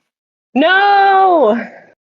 I was so mad. I was so excited. They pulled me in for jury duty, and they were suing a corporation, and they were like, okay, now, do any of you have any problems with treating corporations as people? Because they're guaranteed the same rights as people under the Constitution. And I was like, yeah, I think that they should all be put against the wall. But weirdly, they didn't pick me. All right, really quick, I'm going to hit up a few of these questions and then we'll keep going. Icon Cindy says, would a jury of Poppy and Xena's peers even be able to go outside? Good one. And then how would they even pick a jury for that? Sounds hard. I would imagine that most people don't know who Poppy and Xena are, so probably relatively easy. And then Brian asks, very easy. If she only has like 10,000 people, like we're saying public because she avails herself on the public, but not that she's like. Yeah. We're not talking about somebody that. Yeah. I desperately need to see the I need to be there for the voir dire of this. I desperately need to see like the jury selection. I need to see the jury selection. It'll be fire. And then lastly, Poppy's gonna just start hitting on jury members. Like this is, oh my God. especially if she's her own counsel. Don't put that evil into the universe. Shut up. Allegedly. I won't wish that on you, Ricky Bobby. I'm sorry. And then Brian says, will Poppy wear her cosplay red contacts to court? Yes. Good question. Good question. Are they prescription? No. Are they prescription? No, because she wears them under her glasses. Poppy doesn't have a lawyer to tell her to make herself look as dowdy as possible, the way that they do when there's like an attractive young woman be on trial. They make her look like a grandma. And Poppy's not smart enough to do that. She doesn't have anyone to tell her that, so she's gonna show up in her naughty girl shirt. I would crush the fuck out, absolutely. Dude. That's gonna be great. I really wish I could see that jury selection. I want to see the questions she asked the jury. I want to see who she disqualifies. My guess is she's gonna start by trying to disqualify all the straight people, even though you can't do that. And she's gonna burn through her jury selections, trying to eliminate people for like really stupid bullshit reasons, like they've never heard of plural people or they're straight or whatever. Which is going to be super fucking base, bro. That's going to be awesome. All right, let's move on to count 5. Seska, do you want to keep reading or do you want me to read? Or does somebody else want to keep reading? Thank you. Okay, go ahead. Go crazy. Count 5. Defamation, per se, libel. The plaintiff realleges and incorporates paragraphs 1 through 136 of this complaint. In video 3, at the 16-minute and 33-second mark, the defendant states, "What did blank Nightwild say? No is a rapist and objectively." And she even literally spoke about how if you could go back to the person who raped you, then you obviously weren't raped, implying people blank deserved it. Yeah, except for the fact that I have borderline and was trying to save a relationship that was on the rocks. So, like, again, there was no way to say no, because if I did, then I would have lost the relationship, which is literally, like, a terrifying thing to me. The statements are untrue and defamatory, and that they falsely allege the plaintiff raped the defendant. The defendant knew or should have known that such defamatory statements were false. The defendant made such defamatory statements with knowledge of their falsity and or reckless disregard for the truth of falsity. Defendant's statements constitute defamation per se because they impugn the plaintiff's character, accusing her of the heinous crime of rape. Blah, blah, blah. Then we got, as a direct and proximate result of the defendant's conduct, plaintiff has suffered and continues to suffer harm, for which she is entitled to an award of monetary damages in the amount of $1,000 and other relief. Defendant's defamatory statements were malicious, willful, wanton, and done with reckless disregard for plaintiff's rights. As such, plaintiff is entitled to an award of punitive damages in the amount of $1,500. So that's another one for the counter there. And then now we have count 6. Would you like to continue? Don't smoke in bed. You want to take this one? Sure. Count 6. Defamation per se, libel. The plaintiff realleges and incorporates 1 to 145 of this complaint. In video 3, at the 1 hour, 1 minute, and 10-second mark in the video, the defendant states, quote, "Again, if you look at the document that Fesh, a former moderator for the defendant, tried to use as a gotcha about rape via deception, the paragraph he leaves off talks about specifically the way you would gauge this would be based on the harm. So me being fucked, traumatized, and damaged afterwards by plaintiff is demonstrably proof something happened." End quote. These statements are untrue and defamatory in that they falsely allege that the plaintiff is a rapist. Defendant knew or should have known that such defamatory statements were false. All the same stuff, as a direct and proximate result of the defendant's conduct, the plaintiff has suffered and continues to suffer harm for which she is entitled to an award of monetary damages in the amount of $1,100. Oh, okay. All right. And then we've got the 1,500. So we're up to 15K. We're up to 15K, and we're on count 7 now. Count 7. I do have a quick question here. I've never seen fuck in a court document before. Is that common? No. Oh, yeah. Very often. Well, yes. Nice. If you're doing like a direct quote, yeah. Talking about Yes. railing or honestly, fucking the description of the verb, no. Yes. I saw it a lot in screenshots when I would get like booklets of people's screenshotted texts that were assembled into a booklet and given to the judge as an exhibit. I would pay money for those booklets. I would love to read them. For Poppy Oh my specifically. god. Oh my god. I just realized they are going to have to print out and bind Poppy's tweets to give to the judge. Oh my god, what's the over-under on furry porn being shown on a projector in the courtroom? Oh no.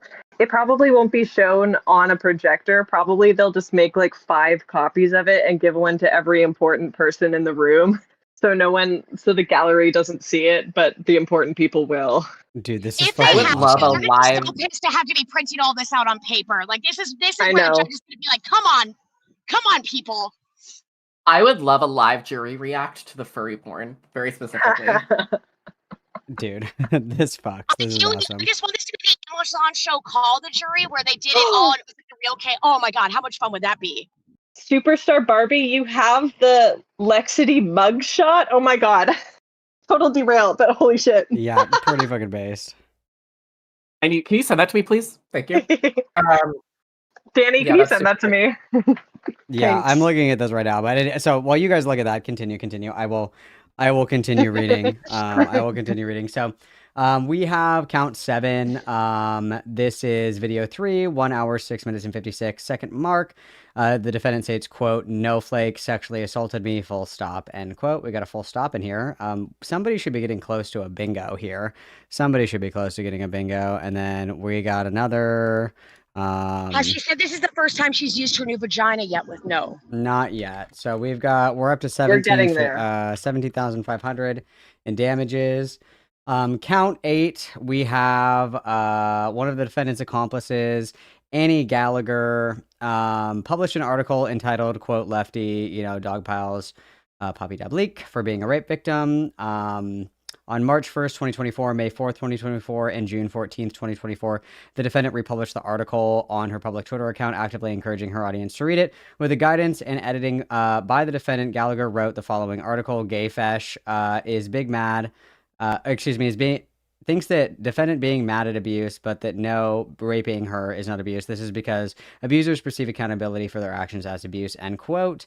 The statement is defamatory and untrue, etc., etc. And then we have here, defendant makes such defamatory statements with knowledge that it's false, choosing to facilitate the publication of said statements through a third party in order to avoid legal liability. See generally Acadia site con Inc. versus Shakura. So we have a precedent in here for this.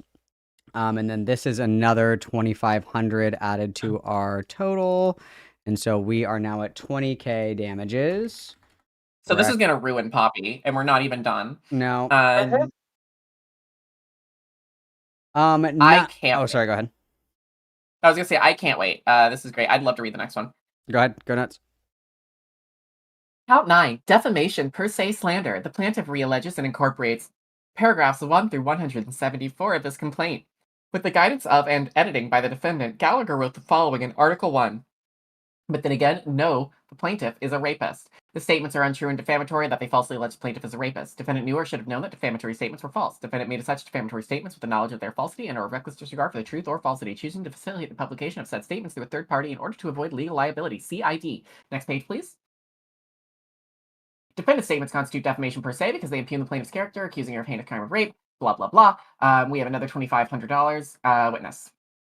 The plaintiff realleges and incorporates paragraphs 1 through 183 of this complaint. With the guidance of and by editing by the defendants, Gallagher wrote the following in Article 1. And yes, I am choosing to refer to No's action as rape rather than sexual assault. I know that Poppy has previously made a distinction between the two, but she has since stated that the level of pain caused to her by this is now indistinguishable from that of rape. These statements are untrue and defamatory, and that they falsely allege that the plaintiff is a rapist. Rape is also not a cause of action. That's not even a legal term of art. There is no difference. Dumb bitches. And then really quick pause. Lexity was arrested. This is true. She was arrested for domestic abuse to a pregnant person. Wow, she and Courtney would get along so well. On No, I'm what? Yeah, that's what she got arrested we're for. so back. This is such a big month for gay people. This This is is crazy. Nuts, Listen, dude. it's my Okay. birthday month, and as the resident Cancer here, I do just want to say you're welcome. You're welcome. Gay Pride Month Thank is you, back on the thank you. menu. Yes. That's why, by the way, Barbie, that's why we vibe so much. I'm an Aquarius, Pisces, Gemini. Yeah, this I'm makes a way more sense now. Capricorn. Oh We're my god, sister we're all signs. water Malcolm, and air. Malcolm is just a full bitch rising and hormone. That's what Malcolm is. Malcolm gives me True. Leo vibes. I know he's not, but he gives me Leo vibes. I'm an Aries, obviously. Yeah. Fire signs, you know? Oh, and Alright, a charge so- for resisting arrest. Sorry, continue. Yes, queen. Can we get a W in the chat, please? Thank you. I think that gets 5 big slays. That That gets gets 5 big 5 slaves. big booms. If anybody has the actual court documents for that, that would be fucking hilarious. But anyway, continuing. Whose turn is it? Who's going? Count 10. Defamation per se, slander. The plaintiff realleges and incorporates 1 to 183 of this complaint. With the guidance of and editing by the defendant, Gallagher wrote the following in Article 1. And yes, I am choosing to refer to No's actions as rape rather than sexual assault. I know that Poppy has previously made a distinction between the two, but she has since stated that the level of pain caused to her by this is now indistinguishable from that of rape. These statements are untrue and defamatory in that they falsely allege that the plaintiff is a rapist, so yada, yada, yada. Oh, I remember this making And- me see red. Oh, yeah, another $2,500. It's 25,000. Okay. They're really 25. cutting into the furry porn savings accounts right now. Yeah, this is actually really sad. She's never going to be able to goon again, guys. How tragic is this? How tragic is Gooning I is this? guarantee you illegal once now. I guarantee you once this is all over and Poppy gets clapped, she's gonna go on live stream and be like, yeah, well the court's biased against rape victims anyways, and so this is why I lost, but I really obviously I can't now say that that Snowflake did this to me. I have to apologize for it, but you know, obviously the court's biased against rape victims, so I don't really mean it. Also, wouldn't it be included in here as well if she did file a police report right after the fact? Because she always said like, oh well, I filed a police report that said that I was raped. Would that be included in this as well? Like, I imagine that will. I be. imagine that would it be could be in included her in the factual claims, but she doesn't. Her answer is lacking. It's not good. I would really think if it was going to be included anywhere, it would be included in the answer, but I don't think Poppy actually did file a police report. Okay. Well, let's keep going because we still have the answer documents as well to go over. So, let's power on, lesbians. Okay, I got this one. Oh, go ahead. Go ahead. Oh, go ahead. No, you Okay, please, okay. please. Please. Okay. Okay. So with the guidance and editing by the defendant, Gallagher wrote the following Article 1, no sexual abuse of Poppy. Meanwhile, it is more complicated because less people understand consent beyond, quote, just say no to rape. These statements are untrue and defamatory ad infinitum. And then we add another 2,500. And that is going to be 2,750. Wow. We're getting up there quick. Okay.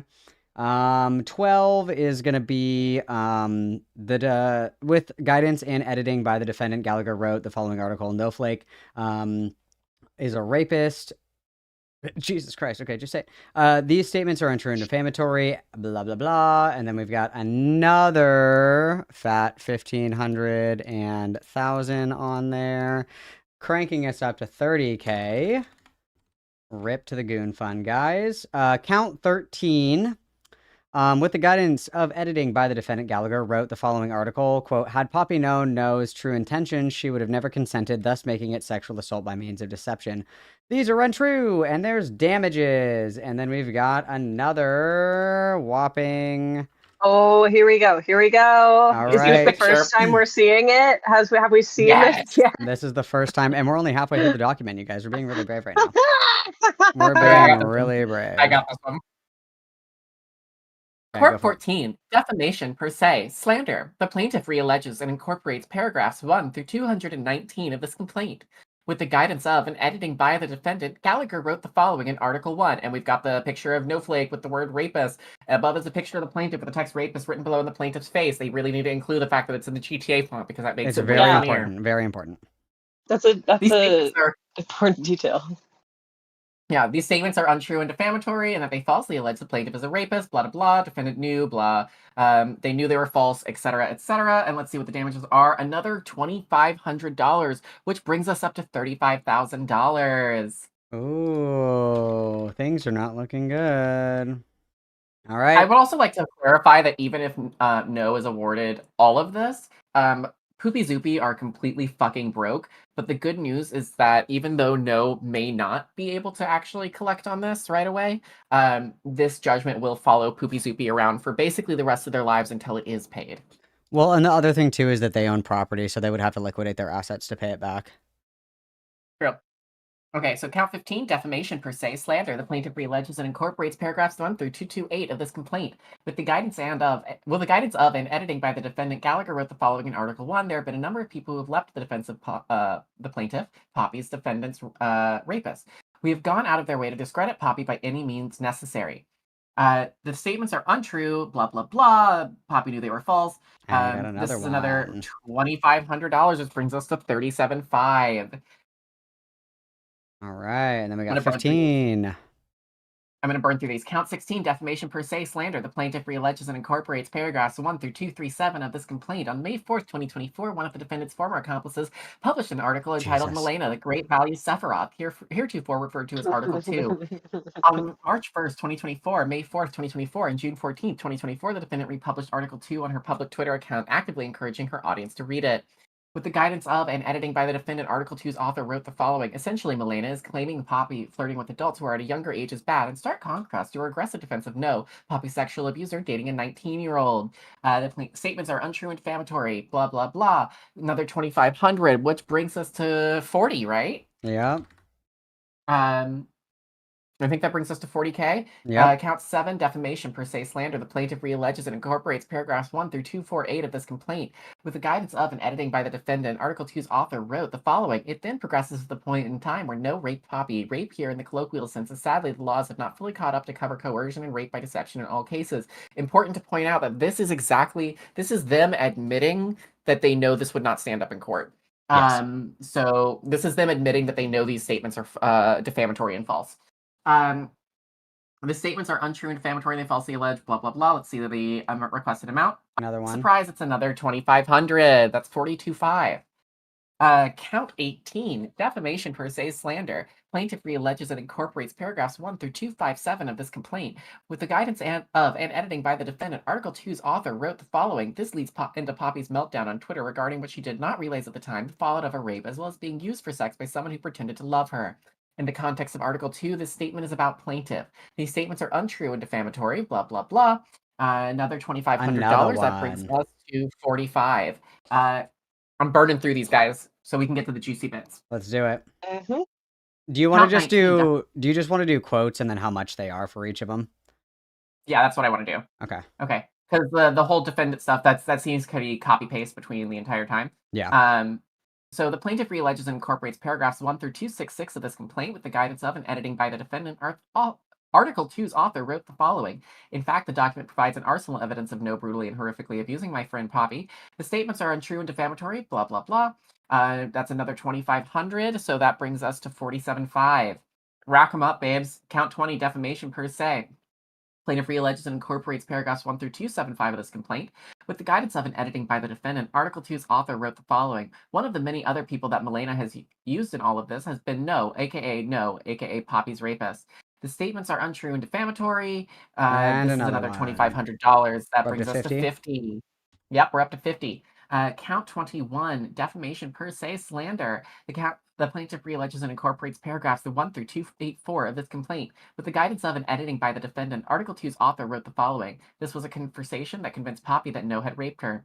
The statements are untrue and defamatory. Let's see the requested amount. It's another 2,500. That's 52,500. So we are at 52,500. So that's count 22, defamation per se, slander. The plaintiff alleges and incorporates paragraphs 1 through 293 of this complaint. With the guidance of and editing by the defendant, Article 2's author wrote the following. It is not okay to lie to someone you are dating and then be dating someone secretly behind their back. No is not only a rapist, but a cheater.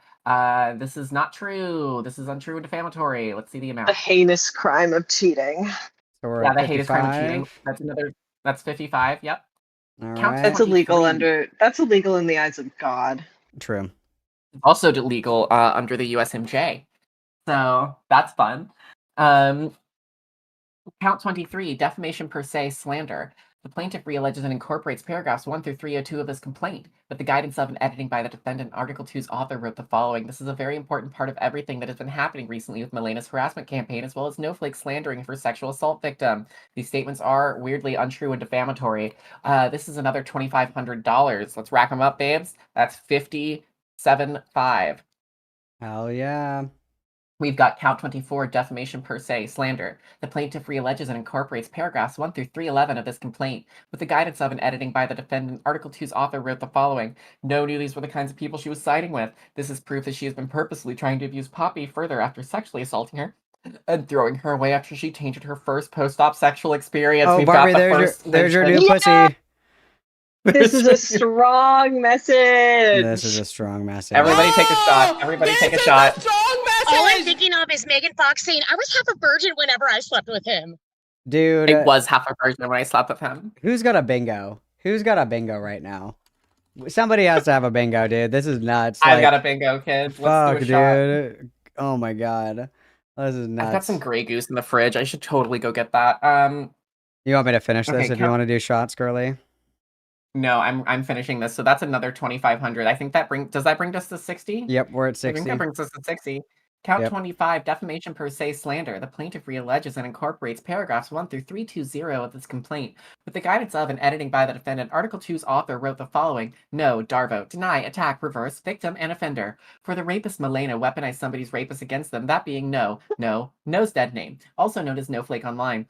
As she is mostly referred to as No online, with her chosen name as No being secondary, my writing will be reflective of this. Like with Melena, I believe her to be a danger to people around her in person and online. Thus, it is necessary for her ability to hide using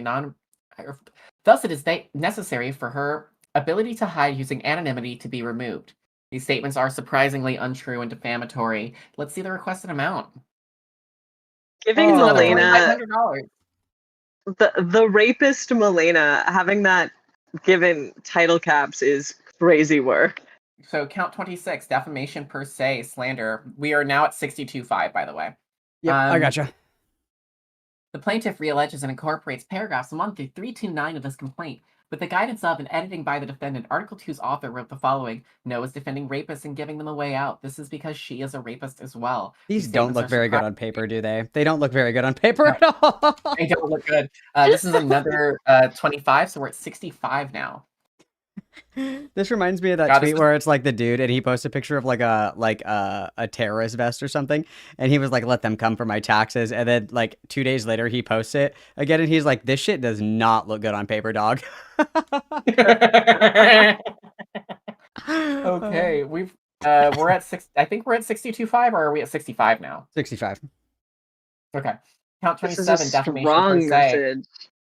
The plaintiff realleges and incorporates paragraphs 1 through 338 of this complaint. With the guidance of and editing by the defendant, Article 2's author wrote the following.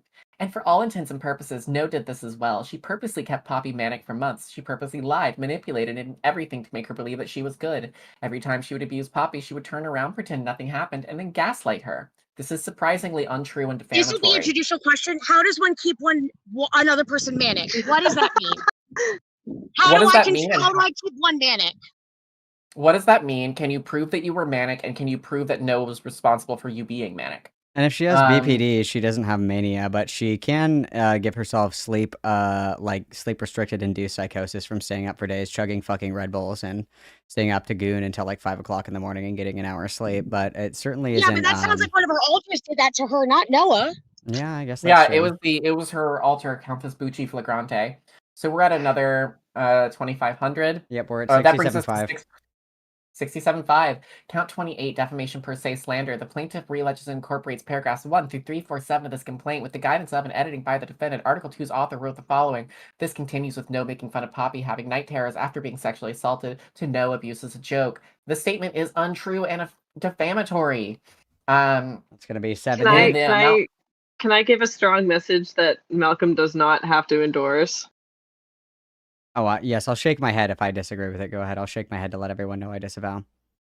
I think Poppy's abuse is a joke.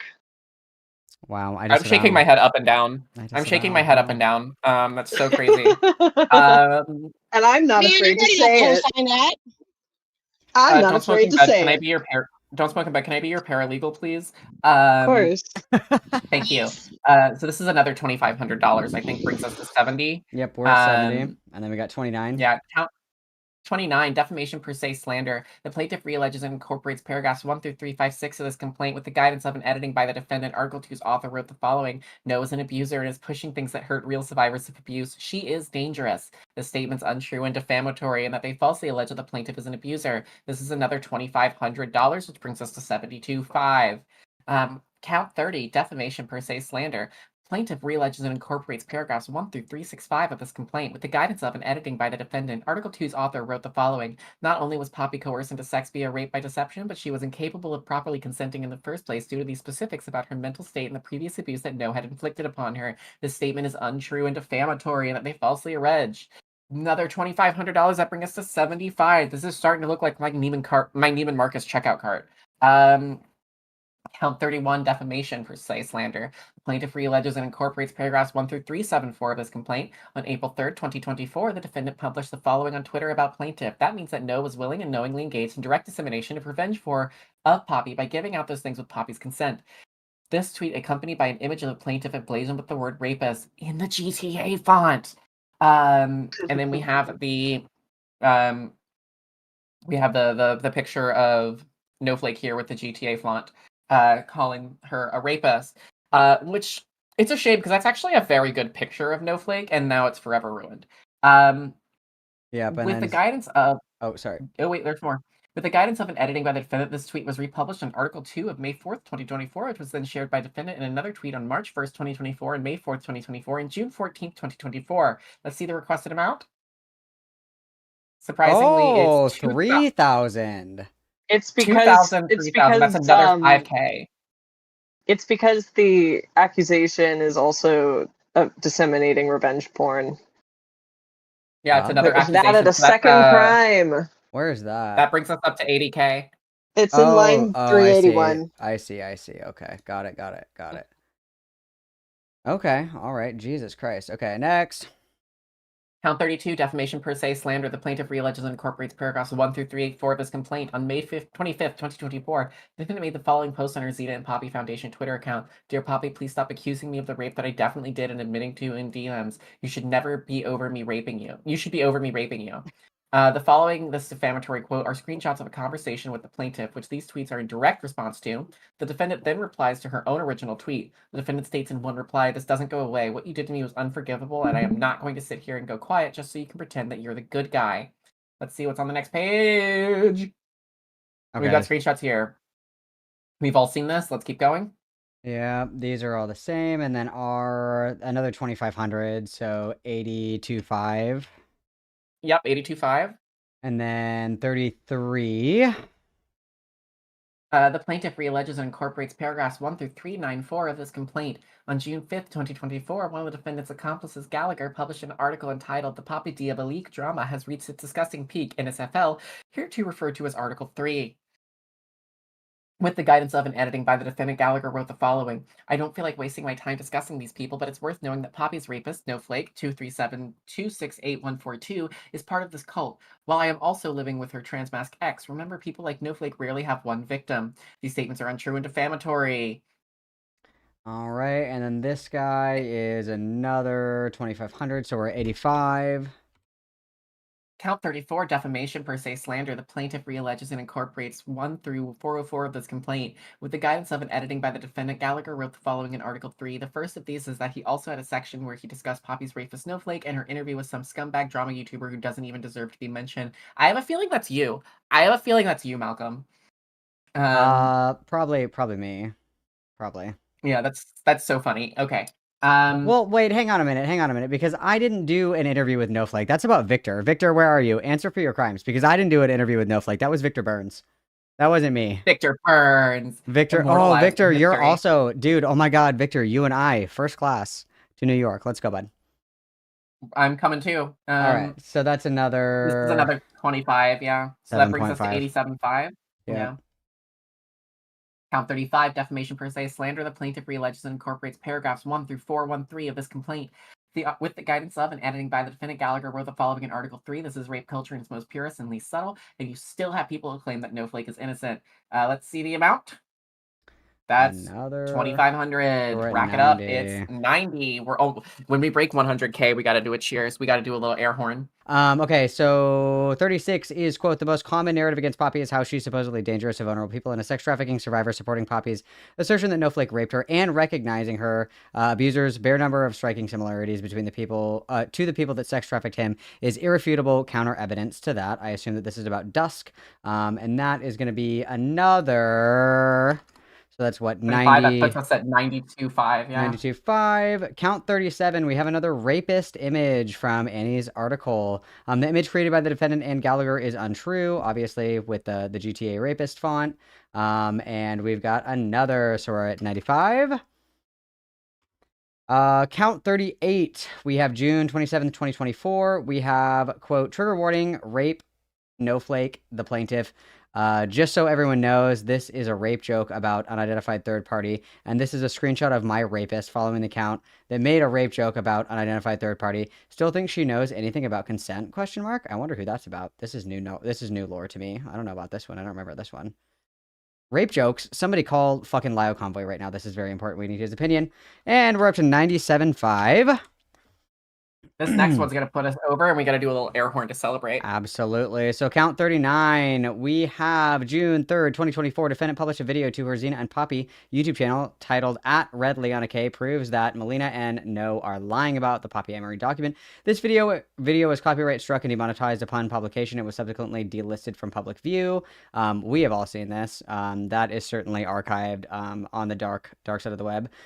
So, however, on July 1st, 2024, the defendant republished the video now titled Red Leona K BTFO'd my crazy exes in the free marketplace of ideas. Somebody's going to have to explain to the judge what BTFO'd means, which is fucking hilarious. Sorry. And then we also have Lies, Delicious Lies, Feedback Friday, the feedbackiest day of the week. At 49 minutes and 1 second, we have, quote, by weaponizing my rapist, by continuing this harassment campaign, she was pushing me towards this end. Oh yeah, I remember I have screenshots showing her saying that No did assault me. These are defamatory, la la la la la. And then we hit 100K, everybody. That's a shot. Air horn. Cheers, my dudes. Everybody take a couple of shots. 10, 20, Cheers, 30. my dudes. I will drink to that, brother. I'm so down. This is my Roman Empire. I know that we're almost done because I know the total is 105. So I do know that we're almost done. So we have count 40. So this is the 49-minute, 34-second mark. The defendant states, quote, like the Australian girl I mentioned who I love and I care about, her name is Tallow. She's dating No. I noticed that she had a blog channel account. So what I did is I reached out as a fellow human being and said, quote, hey, I know all this other shit is like really big and clearly you're dating a woman that I've accused of rape. That is complicated. I just need to make sure that you're okay because I care about you. Weird thing to say to somebody who's dating your rapist. And that's going to be another 1,500. So we are at 102.5. And then last but certainly not least, 41, we have 1 hour, 3 minutes, and 40 seconds. The defendant states in an aside to the discussion of her sexual encounter with the plaintiff, quote, so I just want to, I've said this before and I'll say it again, the terms rape and sexual assault are both descriptions of behavior that are morally repugnant. They are also legal terms. I'm not making a legal argument. I attempted that, and the police report went nowhere. Morally speaking, what happened to me was a violation, my mental illness, the near breakup, the lying created the situation that looked like consent. And then when everything kind of came out the way it did, I would have never consented to this in action, having known everything that I know afterwards. And then we hit this big boy for another, so we're at 100.5. I would also like to call attention to the fact that she is saying that legally, like, this does not meet the criteria for rape, so I'm curious how that will go. I'm taking this opportunity to switch over to my computer, so hopefully... Before you do that, can I ask you a question? Can I ask you guys a question? Yeah. Did they have to go through and separate these out into individual counts, or could this have all been combined into one count? And what are the pros and cons of doing it either way? It's stronger to have it in separate counts, so that way if one gets dismissed, not everything gets dismissed. And to each one, like each incorrect act is technically its own separate count, right? Like if I was in a fist fight with you, and I wanted to sue you for battery, I would have to allege every single hit as a single, like a battery, Fantastic. period.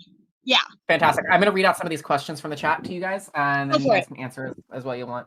So Mole has asked, as far as I understand, does Snowflake actually have a good chance of winning a defamation case? I understand that those defamation cases usually, we already answered that one. Okay, so here we go. It's going to be hard to say. It really depends upon the judge that they get, how sympathetic they are. The way she has stated things, what I can say is that it makes sense. It's thought out. It's linear. It is a claim upon which relief can be granted. It satisfies those things. This is something that can go to court and could be decided either by a judge or a jury. It's so difficult to say like how that's going to go though, especially with these cases. Fantastic. So we have a couple more here. We got from Travis. Didn't her former boss beg her to stop doing defamation and then fire her for it eventually, allegedly? The answer is yes. The answer is yes. Then we've got... Her boss like funded her through school and other things like that, right? Like really, really, really invested in her. Yeah, really invested her. It was just like, hey, you really need to stop being so fucking chaotic on the internet because it is going to it's impacting your professional reputation, and we can't have that here at this company. And then Poppy chose fighting with people online. She asked her to just like back off a little bit or give it some breaks. Yeah, and then Poppy responded by choosing internet fights for $500 a month over a very lucrative career as a counselor. And I think for the good of the patients who would have been impacted by Poppy, that was probably for the best. So here's a great question. Lolis asks, who would be required to cover the cost of a summons transportation? So Poppy could sue to get costs, but she's responsible for getting there herself if she doesn't want like a summary judgment being done against her. Yeah, I'm also of the belief that this is probably going to be handled. I'm also of the belief this is probably going to be handled via Zoom. So let's see here. For Barbie, if Poppy and No settle out of court and Poppy later retracts her admission of lying, what legal consequences could she face for that, if any? She later retracts her what? If Poppy later retracts her admission of lying. Oh, well, then they go back. She can't. Like, legally, she cannot. Like, Okay. She can't just say, oh, I lied about... I mean, again, like, that destroys any credibility that she did have at one point in time, which is good. But it also, yeah, like, I don't want to say that she can't. You literally can, right? Like, no one's going to try and stop her or force her to not do it. But at that point, once you've admitted that you've lied like that, and then you try and retract it, like, your credibility and your reputation is shot. So that, how should I say this? So you've accomplished the goal that one would seek if you're doing a defamation case, in which you proved that the other person is so full of shit their eyes are brown, right? That would be like which means like anything I said about you is false. Therefore, like you allegedly get your reputation healed. Then to come out and say, yeah, I was lying, whatever, but then try and retract that. I mean, it's going to be as successful as it sounds. Okay, Payne is a great question here. How do you think they will handle this situation since it's mostly been online, and how much do you think Poppy will fumble at the stand as well as make inappropriate comments at the stand? Well, first off, let's think about this. Is she going to be the one? Is she going to be questioning herself on the stand? I mean, technically, like if you were a plaintiff or a defendant per se, and you're representing yourself, especially like a civil action, she could just go up there and do like I mean, honestly, testify with with no questions or anything else like that. But that opens her up to what would be a cross-examination. Oh, but such a good one. Which I think she would also want, because she would welcome the challenge to try and prove that she's smarter than someone else again. Let me drag Don't Smoke in Bed back in here, because Don't Smoke in Bed is in the green room again. And I can't because Malcolm is a cuck and won't let me. It's okay. I'll do it. Don't worry. Malcolm! I don't pressure you guys. You guys abuse my soundboard. I'm back in, coach. You guys abuse my soundboard. So I have another question here. Would Poppy be forbidden from saying anything else about the situation after the court case? As in, would she not be allowed to say that No raped her? She would, yeah. I mean, so here's the thing. So after something like this, if she continues to do... Well, listen, if she had the common sense God gave a gopher, she would see that she should shut the fuck up with cheese and stop talking, period. She won't, though. So that would just continue to open her up to other potential lawsuits. I don't want to say injunctions, but to other potential problems, it's really going to depend upon like whether or not she can get any semblance of self-control and or reasonable actions. Fantastic. So Space Frog asks, since she's representing herself, how much in court fees, etc., is Poppy looking at? If and when she loses, does she have to cover attorney fees for Snowflake? She may. Yeah, if that's included in the damages, she may. Okay. Hella asks, if Poppy does end up losing her license over this case, then she'll be putting burgers in the bag to pay this debt off for the rest of her life, correct? Yes. Yeah. And then Space Frog asks, what state is this case taking place in? This is in the court of New York. I mean, again, it'll be interesting. Like, you can eventually, she could. Well, I mean, this is a long ways off. Like, there could be bankruptcy declared and other things like that. However, that would be this is a very difficult debt to discharge, and it may, Noah would still have won though at that point. If this even gets that far, right? We're presuming like this would get that far. This would make it past voir dire. This would make it past the judge, pretty much saying, "Please stop wasting my and your time with this." So it would have to make it past quite a bit before that. And Okay, then so really quick. go ahead. I'm just gonna show this really quick. This is her denying literally every single one. So we have several dozen pages of this, just denies. And then I'll read off the very end here. That's quite funny to me. Yeah. So I like that she said that No's lawyer should be sanctioned. That was crazy. So the prayer so for fucking relief, crazy. she says, wherefore the defendant Poppy respectfully requests that the court enter a judgment of no cause for the actions and dismiss the plaintiff's complaint in its entirety. The defendant Poppy hereby relies on the plaintiff's demand for a jury trial and requests trial by jury on all counts, so it's triable. Her affirmative defenses are that the statements are true or substantially true and therefore not actionable matters of law. And then she goes on to say that all the statements are expressions of opinion, rhetorical hyperbole, or subjective commentary. Yeah, they're innocent. And thus not actionable. Your Honor, this is my true opinion. Your Honor. This is my truth, Your Honor. So I think we have a judge. I think this has a judge now. Hold on. Wait a minute. My understanding is that it's set for the 12th of September as well. And then just quickly going through these, the statements were made in the context of preceding circumstance, protected by absolute privilege, including but not limited to legislative or quasi-judicial proceedings. Fourth Amendment defense, they were made in good faith and without malice. The plaintiff has incurred no damages. Alleges that the statements were fair comment on matter of public concern and based upon facts either stated or otherwise generally known. Plaintiff either consented or explicitly implied to the publications of the statement. That's insane. What? What? Judge is, oh my God. This judge is great. What she's effectively trying to say is, listen, I never said anything. If I did say things, it's my opinion. If it was my opinion and I did say things, this bitch hasn't lost anything. If she has lost anything, I mean, she picked me up on the internet, like bet lost. So I have some news. Wow. I have some news. Wait. Before that, hold on. Is she saying that No consented to her image being published with rapist superimposed in the Grand Theft Auto font? I would argue that she's saying that no consented to Poppy having that picture, which therefore gives Poppy or Poppy being public, I think, and being a public figure in public, discussing this publicly. And then just for the last of these, just to wrap up, there was no actionable publication of the alleged defamatory statements to a third party. The statements at issue are not capable of defamatory meaning as it's a matter of law. But earlier we said, quote, that it's opinion, right? She said earlier that it's an opinion in a colloquial use, right? Didn't we say that? Did we say that earlier? Oh my God. Yeah, not only that, the publishing was a third party is Twitter. What?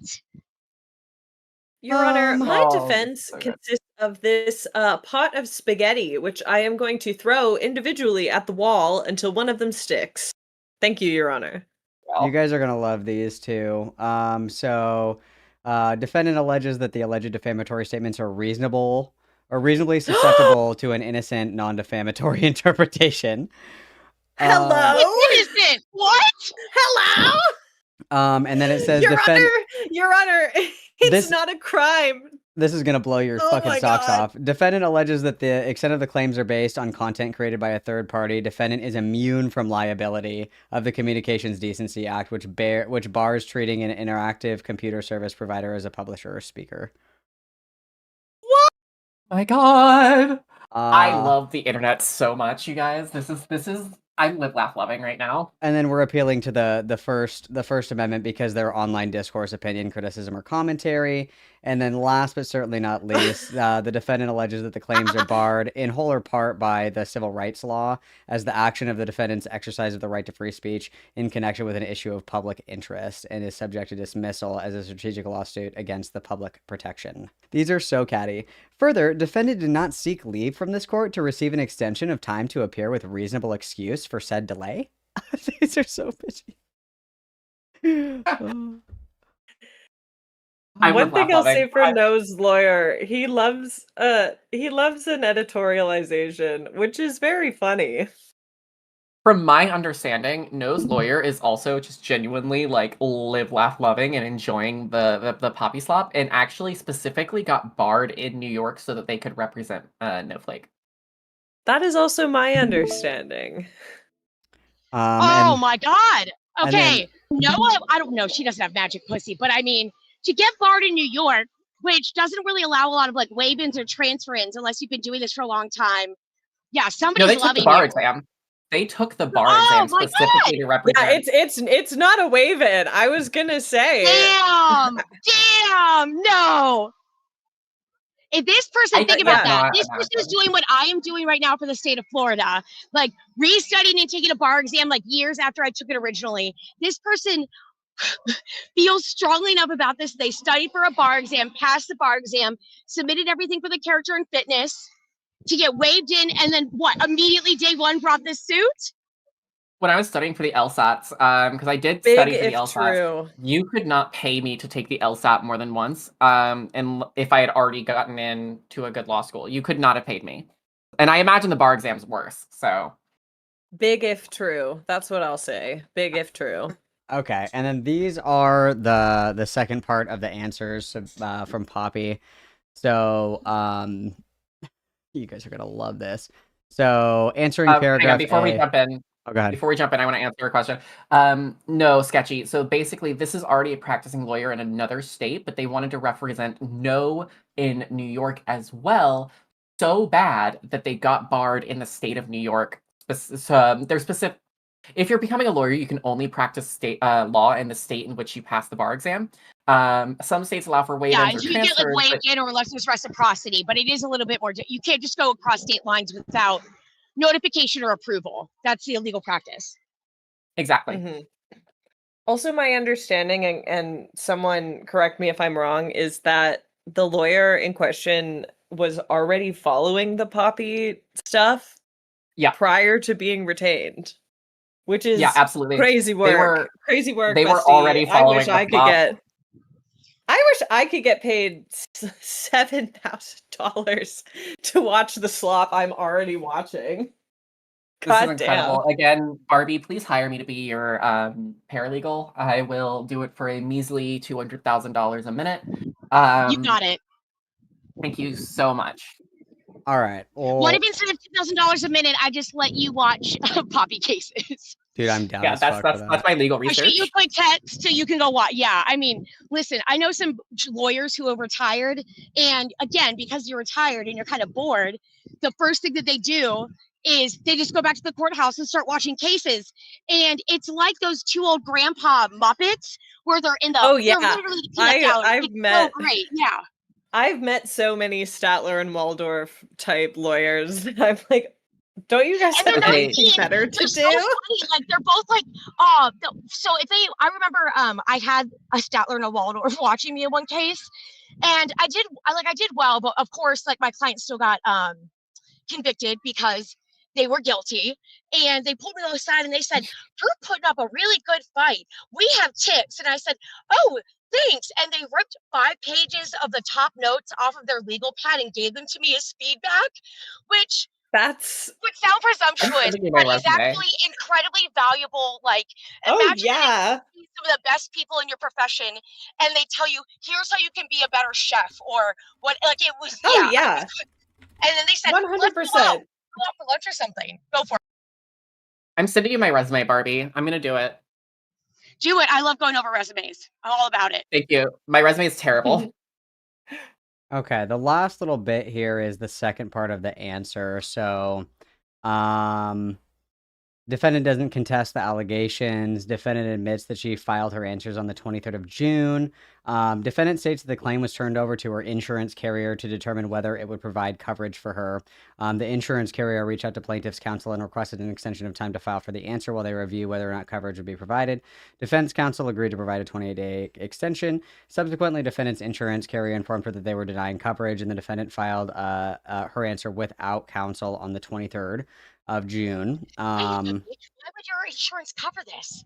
What? Well, I think as because a she thinks as a it's. license, I think it's because she As a thinks it's licensed related to agent. her job. yeah, as a licensed insurance agent, I would love to chime in here. So it's actually pretty standard practice, especially if you have something like E&O or malpractice insurance, which I'm sure Poppy carries. If she doesn't have E&O and malpractice insurance and she's insane, but it looks like she does, it's pretty normal for any legal threat to go get routed through insurance first, like for anything. That's interesting. Well, yeah, I mean, that's interesting to me though, just because I would imagine that more than a few, then it would have to be like car insurance. Like, yeah, I may want to report every little ding, but that's going to be expensive to start doing that, right? Like, that's only going to up your insurance rates. Yeah. It's probably her professional liability insurance. Yeah, it's absolutely something akin to what we have, which is called E&O insurance, or her liability. She might have submitted it to her. She could have actually submitted this to her homeowner's insurance under the personal liability clause, but that would be crazy. Oh yeah, yeah. Important detail often overlooked. Poppy is a landlord, as far as I know. Yeah, Or like a slumlord. she'll probably have to liquidate that if she loses. That's so funny, dude. Which I don't know why she hasn't liquidated it already if she's already in debt. I don't know why you wouldn't just liquidate that. You'd probably get you get a decent amount of money for the land, even if the house needs a lot of work. Somebody would still buy it and flip it or just demolish it and take the land. Given that our streaming career only has about $500 a month coming in, at my best estimation, that landlord rent is probably the only thing paying for her furry porn. Well, she says that she doesn't charge anything more than the mortgage because she's one of the good ones, is what she said. So she's not turning a believe profit. her. Oh, sure. Okay, Oh. Poppy. Well, Sure, yeah, that's what Poppy, she you're one of the says. good ones, but you literally had notes on the mirror that we saw written out to poor baby. Well, I don't want to call her Spawn, but poor baby Spawn. Please, girl, bye. Yeah, I don't believe her at all when she says that. I have never. I Your know a lot of Honor. landlords. I do insurance for a lot of landlords, and not one of them does that. I see what the mortgage statements look like, and even the ones who are like, I'm one of the good ones, are charging at least a 30% markup. Yep. Your Honor, There's a reason why don't so many believe people your want to be lying landlords. Like, it's that eyes. lucrative. Yeah. Press X to doubt chat. Come on, get some X's in the chat to doubt Poppy's claims that she doesn't charge people rent. Okay, and then after this we have defendant denies the allegations is untrue. Counsel is aware. So we just did the insurance thing. We did all that. Okay, so defendant was served out of state in Michigan. Answer was served on the 23rd, which is 56 days after the service for the summons and complaint. Put differently, defendant had 30 days to respond to the complaint as she is out of state. This was further extended by 28 days per the agreement. Accordingly, the defendant had 58 days total to file her answer, meaning it was due June 25th. The answer was filed on June 23rd. It was timely. Okay. So catty. I love it. As we all know, it's a great idea to leave filing legal documents to the last minute because it's guaranteed that they'll get where they need to go in the limited amount of time you've left before your deadline. Dollar bets this was a ChatGPT. Probably. Oh, Absolutely. certainly. The amount of AI on the screen right now. Oh, yeah. And then the very last part here is the defendant Poppy respectfully requests that the court deny plaintiff's motion and sanction plaintiff's counsel for filing a bad faith motion that lacks a basis in law or fact. Um, it's stupid to Respect- wait until the last minute to file because aren't judges like super nitpicky when it comes to formatting of responses and shit like that? Like They they'll absolutely can fucking be. Oh yeah. Like again, judges are the gods of their own universes, so they can be exceptionally persnickety. Yeah. I do love that this also, was like, docu-signed. I think that's so funny. yeah. Also, I know that like, DocuSign even sign at by least sign. here, the way it works is that even before anything goes to a judge, it passes through the registry staff, who can also be very particular and persnickety. And oftentimes lawyers will submit orders that were written by their children. Yep. More common than you think. Yep. But anyway, if assuming Poppy's sparkling personality got rave reviews from the registry staff, it could be that, like, it's such a bad idea to file documents this late, because there's so many points where they can either be returned to you because they weren't done properly, or just not end up where they need to go on time. So write that down, chat. Write that down. You want to get that shit in as soon as possible, chat. Listen, this is why I would be an amazing paralegal for you. Please hire me. I will charge you $2 billion a second to be your Statler to your Waldorf. I'm very excited. I'm very excited. This has been a phenomenal month for gay people, dude. This has been fucking awesome. This is fucking awesome. I'm reading through the judge's cases and his motions, and these are so fun. I don't think this inter-universe thing could happen, but imagine a Lyle v. Poppy in court. Dude, that'd be so sick. Yeah, Lyle's already been dragged to that would court be my once. Justice League versus Marvel, truthfully. I would just, Lyo's already been dragged to court once over internet drama, and so I would love to see it happen again. I really wish he'd been there. That too small coat that bulges way too much at the shoulders, and that's like overly long and zipped up tight, but that she believes gives her a figure. Oh, absolutely! Oh my god! Ugh. Yeah, this is fantastic. I'm live, laugh, loving you guys. I'm so happy right now. We're gonna get fat in September. Okay, this is the edgiest joke that I may make on you. This may be the second worst thing that's ever happened to New York in a September. Especially in September 12th of all days. I mean, and it's weird because both of them were done by Poppy. Yeah, little known fact. Dude, oh my god. Fuck. Oh my god, one of these days, she's just 11. She is also definitely a Zodiac killer. Nope, absolutely. One of these days, I am going to torture everybody with information about my personal favorite lol cow, whose name is Meg Keane, who famously is a 9/11 faker. As in, I know exactly. She is the woman who was not there. She's the woman who was not there. Oh my god, this is a strong message. Do you know about Meg Keane? I love Meg Keane. Oh my god, Seska, we are going to have girl time about Meg Keane. Oh my god. Her recent arc is so dark-sided. Oh my god. Dark-sided is true. Lying about her recent arc is so dark-sided. Yeah, she claims to have survived 9/11 because she was several blocks away and nowhere near the towers. But every year she's like, as your local resident 9/11 survivor. It's she like happened to who's be that in one New York at the time. Who's that one D-trans person that's a total lol cow who's like, I survived October 7th because I was in Israel when it happened. Maya Poet! Yeah, Maya Poet. I love Maya Poet. Maya Poet's hilarious, transition. Hamas. It's crazy work, dude. I detransitioned because of Hamas. Hamas. I'm crashing out. Okay, so Hamas. Yeah, so Barbie, because you don't know, and chat, because you guys don't know, Maya Poet is an insane D-trans person who claims that the events of October 7th made her detransition.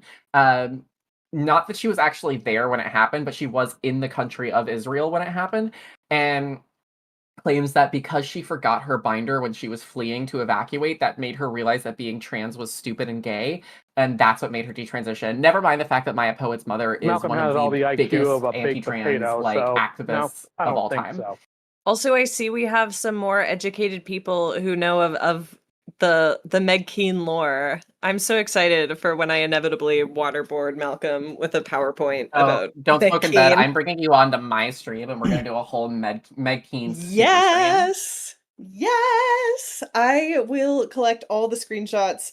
Recently, she's been calling her daughter a future Mossad agent for a little while now, but she's really amped that up lately, and I don't like it. I'm actually also a future Mossad agent. That's so true. I'm actually in charge of the entire idea. I foresee Poppy at the end of this case, whatever the results may be, claiming that no specifically filed this case in this district of New York to try to get Poppy killed. I foresee her thinking that this is some sort of a death trap, like Final Destination type shit, specifically chosen by No. Oh my god. I'm so glad that Poppy accusing No of luring her made it into those court docs. Did you go over the evidence docs already? The exhibits? No, I only have the only ones that I was given was the summons, the answers censored, the motion for default, the answers part 2 censored, and then the document list. Carlin posted some stuff this morning. I have it. She yeah. Do you want to send it to me and I'll pull it up? I'm gonna make sure it's censored first before I send it to you. We can look at that. I'm sending you something. I'm sending you something right now. This is the judge that's trying Poppy's case. This is publicly available on YouTube, and this is publicly available in the records. But this is the judge that's trying the case. It's going to be fascinating because what Poppy doesn't understand is by denying any of these factual statements, she's saying this day just didn't happen. So whenever she tries to go into court and say, well, actually it went like this, the judge can rightfully look at her and say, you denied all of these facts. What do you mean? Yeah, absolutely. Like, so that's going to go terribly. That's going to go really terribly for her. It's gonna be a real fun time. And I actually misspoke. I think Lexity is not the Zizian person I was thinking of. I'm so sorry. No, Lexity is a different one. Ziz has a cult, that's obvious, but she's in jail. She's probably gonna die in jail. I don't think she's gonna get out. I need Ziz to get out. You know what would also be funny is if that GTA font is copywritten, somebody could also technically go after Poppy for copyright infringement. The sad news is that it's not. It's on Font Space, and I use it in my thumbnails all the time because I think it's funny. Okay, good. Great. I guess that's fine. Okay, so I do have a question for the chat. I want to know who hurt you in your previous life that you think that low-rise jeans are acceptable. They're disgusting. Listen, low-rise jeans have caused back problems for fucking decades. Like, Seska, you remember the low-rise thing where every girl goes down to grab it so her ass crack doesn't show because it inevitably does. And then, like, the slouching low thing to keep, because if you sit up straight, your butt's going to show. Like, all of your butt's going to show. It's so undignified. It's so undignified. I don't know what crack people were smoking in like 2003 when low-rise jeans were their biggest, but they need to be put in prison. Low-rise jeans were created by Ronald Reagan in an effort to destabilize the girly pop community, and we're not going to be giving them any low-rise jeans were created the same way that they used to bind like women's feet in China. All right, it was done to take away your power. It was done to take away your power. Totally. I agree 100%, Barbie. Thank you so much for this thrilling legal insight. As a reminder, guys, in the chat, in the server, in the Discord server, in stream chat, you can go look at the legal questions thing, and we can answer those questions for you. And then afterwards on my stream, I will have Barbie on, and I will have Don't Smoke in Bed on, and we will answer some legal questions for you guys. Yeah, I also want to disclaim, these are all best guess recollections. I do not practice in New York. I've never done anything in New York, so I don't know how defamation things go. I've never even done a defamation trial. So again, whenever some other snickety snarkety person watches this and tries to like double check, all of this is alleged and it is free analysis, so it's worth exactly what you're paying for it. Other than that, I would also like to give another little disclaimer, both for Don't Smoke in Bed and for Barbie, which is that neither of them are your legal representation. and this is not legal advice. This is Yes. these are two people's opinions, and this does not in any way constitute legal advice. No, I mean, again, like it's fascinating, but I think, we always do this thing, and it's one thing I see with clients too, where Chibi's doing a good job of giving people some idea of how it is to go into court, but there are so many other steps that happen before the really exciting bits, like doing a hearing, doing a bond hearing, doing discovery or voir dire, or another, like any of those things takes a lot of time, and to do any of that is very, like, it's time intensive, it's emotionally expensive, which is why people are so reluctant to do that, as much as, like, we are a litigious society in America. It's just an exhaustive thing, and even halfway through it, people gas out. So there's a lot of steps between them ever trying a case in front of a jury or even a judge and this filing. It'll just be very interesting to see, like, what happens. I have a question here from Arby, which is Yeah. Is as and for common verbiage in legal documents? I can't remember a time I've read it, so I thought I would ask before I got mad about it. As and for, and I mean, yes, I believe so. In what context? Like, I'm trying to think of where I would use that for. Well, it was very, As very and common in for- the doc we were reading, I believe. So it was pretty. Oh, was pretty yes, heavily yeah. used. So certain, it's like yes, that is common. It's like a verbal tick. So if I'm trying, like, inter alia, I was gonna answer Malcolm, just means inter alia meaning amongst other things, like amongst other charges, they've also committed fraud and embezzlement or something else like that. So that's usually how it's used. Yeah, like I think each lawyer has verbal ticks of certain things that they rely on. Like whenever I write an issue statement, it's almost always a whether when statement, such as whether I put on my flip-flops when it rains out, or whether putting on my flip-flops is a good idea when it is raining out, or something else like that.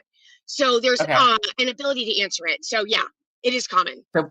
So Papa used it at the beginning of nearly every refutation. So that's why I think that's why Arby was asking. Well, that is, yeah, but I don't know what she looked at. Like, again, her denial of every factual thing is wild. Yeah. That whole thing is wild. Her being like, it's innocent and it's of an opinion. No, you cannot go and state factually, this person is my rapist, period. This is why, like, people always get this confused. It is possible to support survivors without supporting baseless accusations. So Dabby as asked, I wasn't paying attention when discussions of the judge were happening. Do we think that the judge is going to understand any of the terms / lingo that are used, or is there a chance he's going to have a heart attack? The judge himself is a Republican Gen X judge who sits on the county Supreme Court, and is running for county judge, which is going to be very, very fun. But I don't think that the judge is going to fully crash out. Judges deal with insane people all the time. It's kind of part of being a judge. He will find this to be distasteful and very cringe, though. He will be, I mean, more than likely, I am expecting a very judgmental face to be put on by this person. Yeah. It's going to be very, very interesting to see. I'm personally praying for a judge crash out. Like, did you guys ever see the video of that judge going into the hallway to fight the guy? That's one of my favorite videos on the internet. Like, fully gets into a fist fight with a defendant because they wouldn't waive their right to a speedy trial. I love the internet. I really do. That, or one of my favorite ones is they redid it with the Justin Rowland, I think it's Georgia v. Allen case, where it's the guy saying, I don't like this lawyer.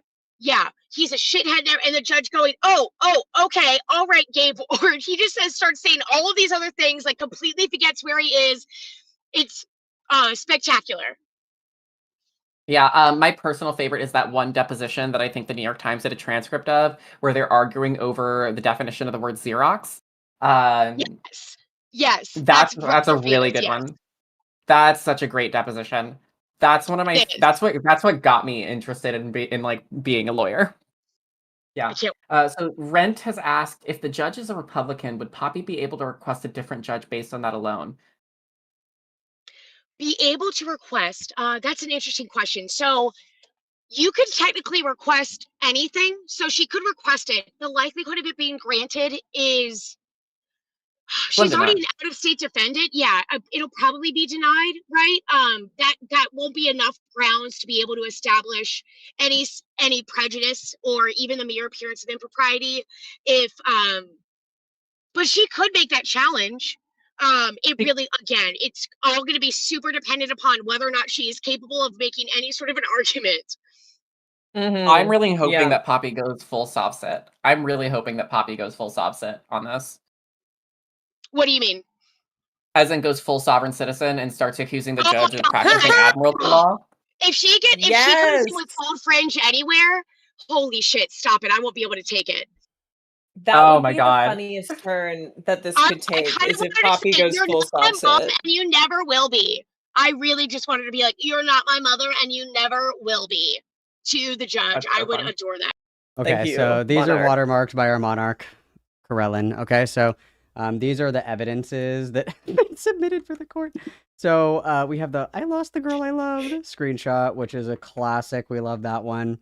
And then we have the suicide meme with it's over. She doesn't love me anymore. I'm stuck in the middle of nowhere in my hotel room. I just want to die. It's so funny. I did my best to get everything. I got all like the legal headers at least. Okay. But I did my best to get everything from like the body of the tweets as well. Because at one point,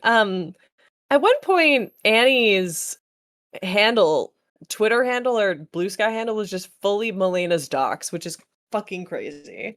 Oh, yeah, I remember that. That was, insane. Everybody around here is a little fucking unhinged. So, one of my partners just broke up with me too. I'm right here with you. Zizi and I still want you. Aw, that's so cute. Crazy. That's so cute. Okay, so we've seen pretty much all of these before.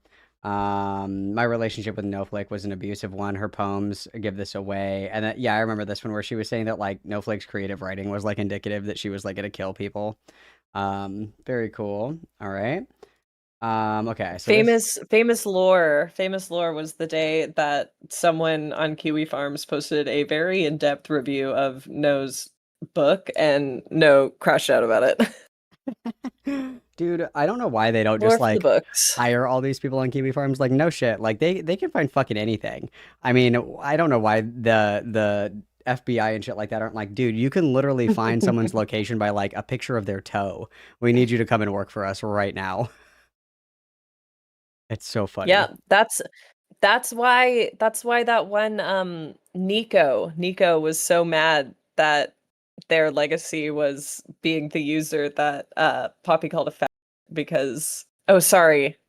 F slur. I disavow this language. But yeah, I did see that. I know I was unfamiliar with their game. That was my fault for being uneducated and I rescind my comment. I'm sorry. I apologize deeply. I'm sorry I said a slur. You can disavow me. You can just everybody gets one. Everybody gets one. Okay, so that's my pass. I use the pass. And I have the pass. These are all like, okay, I want like the good ones that are in here. So we've got, please report all these accounts, targeted harassment, more examples of the harassment and what have you. These are, dude, I can't wait for them to have to read these. We have the Fries model. We know her. In Blank's case, it's not her legal name.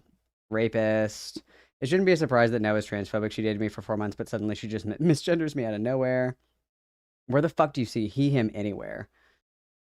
When will people learn? When will everybody learn? And then I remember these logs. These logs were fire. This is where she was like, obviously No wanted to fuck. And then Poppy was like, how do you like the camera that I sent you? Are you going to take nut shots with it? And then Snowflake was like, wow, I love the fisheye lens. It's so cool. Remember that. Remember that. Okay. And then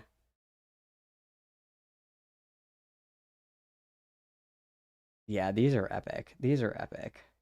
You're a human fucking gaslight. These are epic. These are epic. These are great. What are I'm fighting for my life. Fighting for my life right now. And then these are the ones where it's like, this was a hard read. Please share it. This is Annie's rape article. This is her, with more of the asking people, for digging for private information. Here's a playlist and a collection of all the documents that everyone has written to defend Poppy against the evil rapist that is Snowflake. This is satirical in nature. And then look at Nightwild's doc, look at Annie's doc. Nightwild's been working on a doc. Absolute banger. Absolute banger. I'm so glad that the tweet that's like, I was lured, made it in there. Yeah, that is hilarious. Dude, the judge is gonna stroke the fuck out. Fucking Andy and Lele. Not the Andy and Lele meme. The incest game has made it to court. I know. The judge is gonna be like, what's this? And they're like, don't worry about that one. Don't ask. Don't worry about that one. And then accusing Luxander. Absolute banger. Being crazy. My God, this is crazy. It also needs to be established that there isn't anything unique about Poppy's rape case. The people who have defended her rapist, blank her name, literally sound just like every other rape apologist. And then, wow, this is literally one of those. This doesn't look very good on paper, does it? Moments. No, this literally is this doesn't look good on paper moment. Yeah, this is unironically that meme where it's like, damn, this shit doesn't look good on paper, does it? That's so funny. Oh my God, this is amazing. This is so Kino, dude. I'm so happy to be alive right now.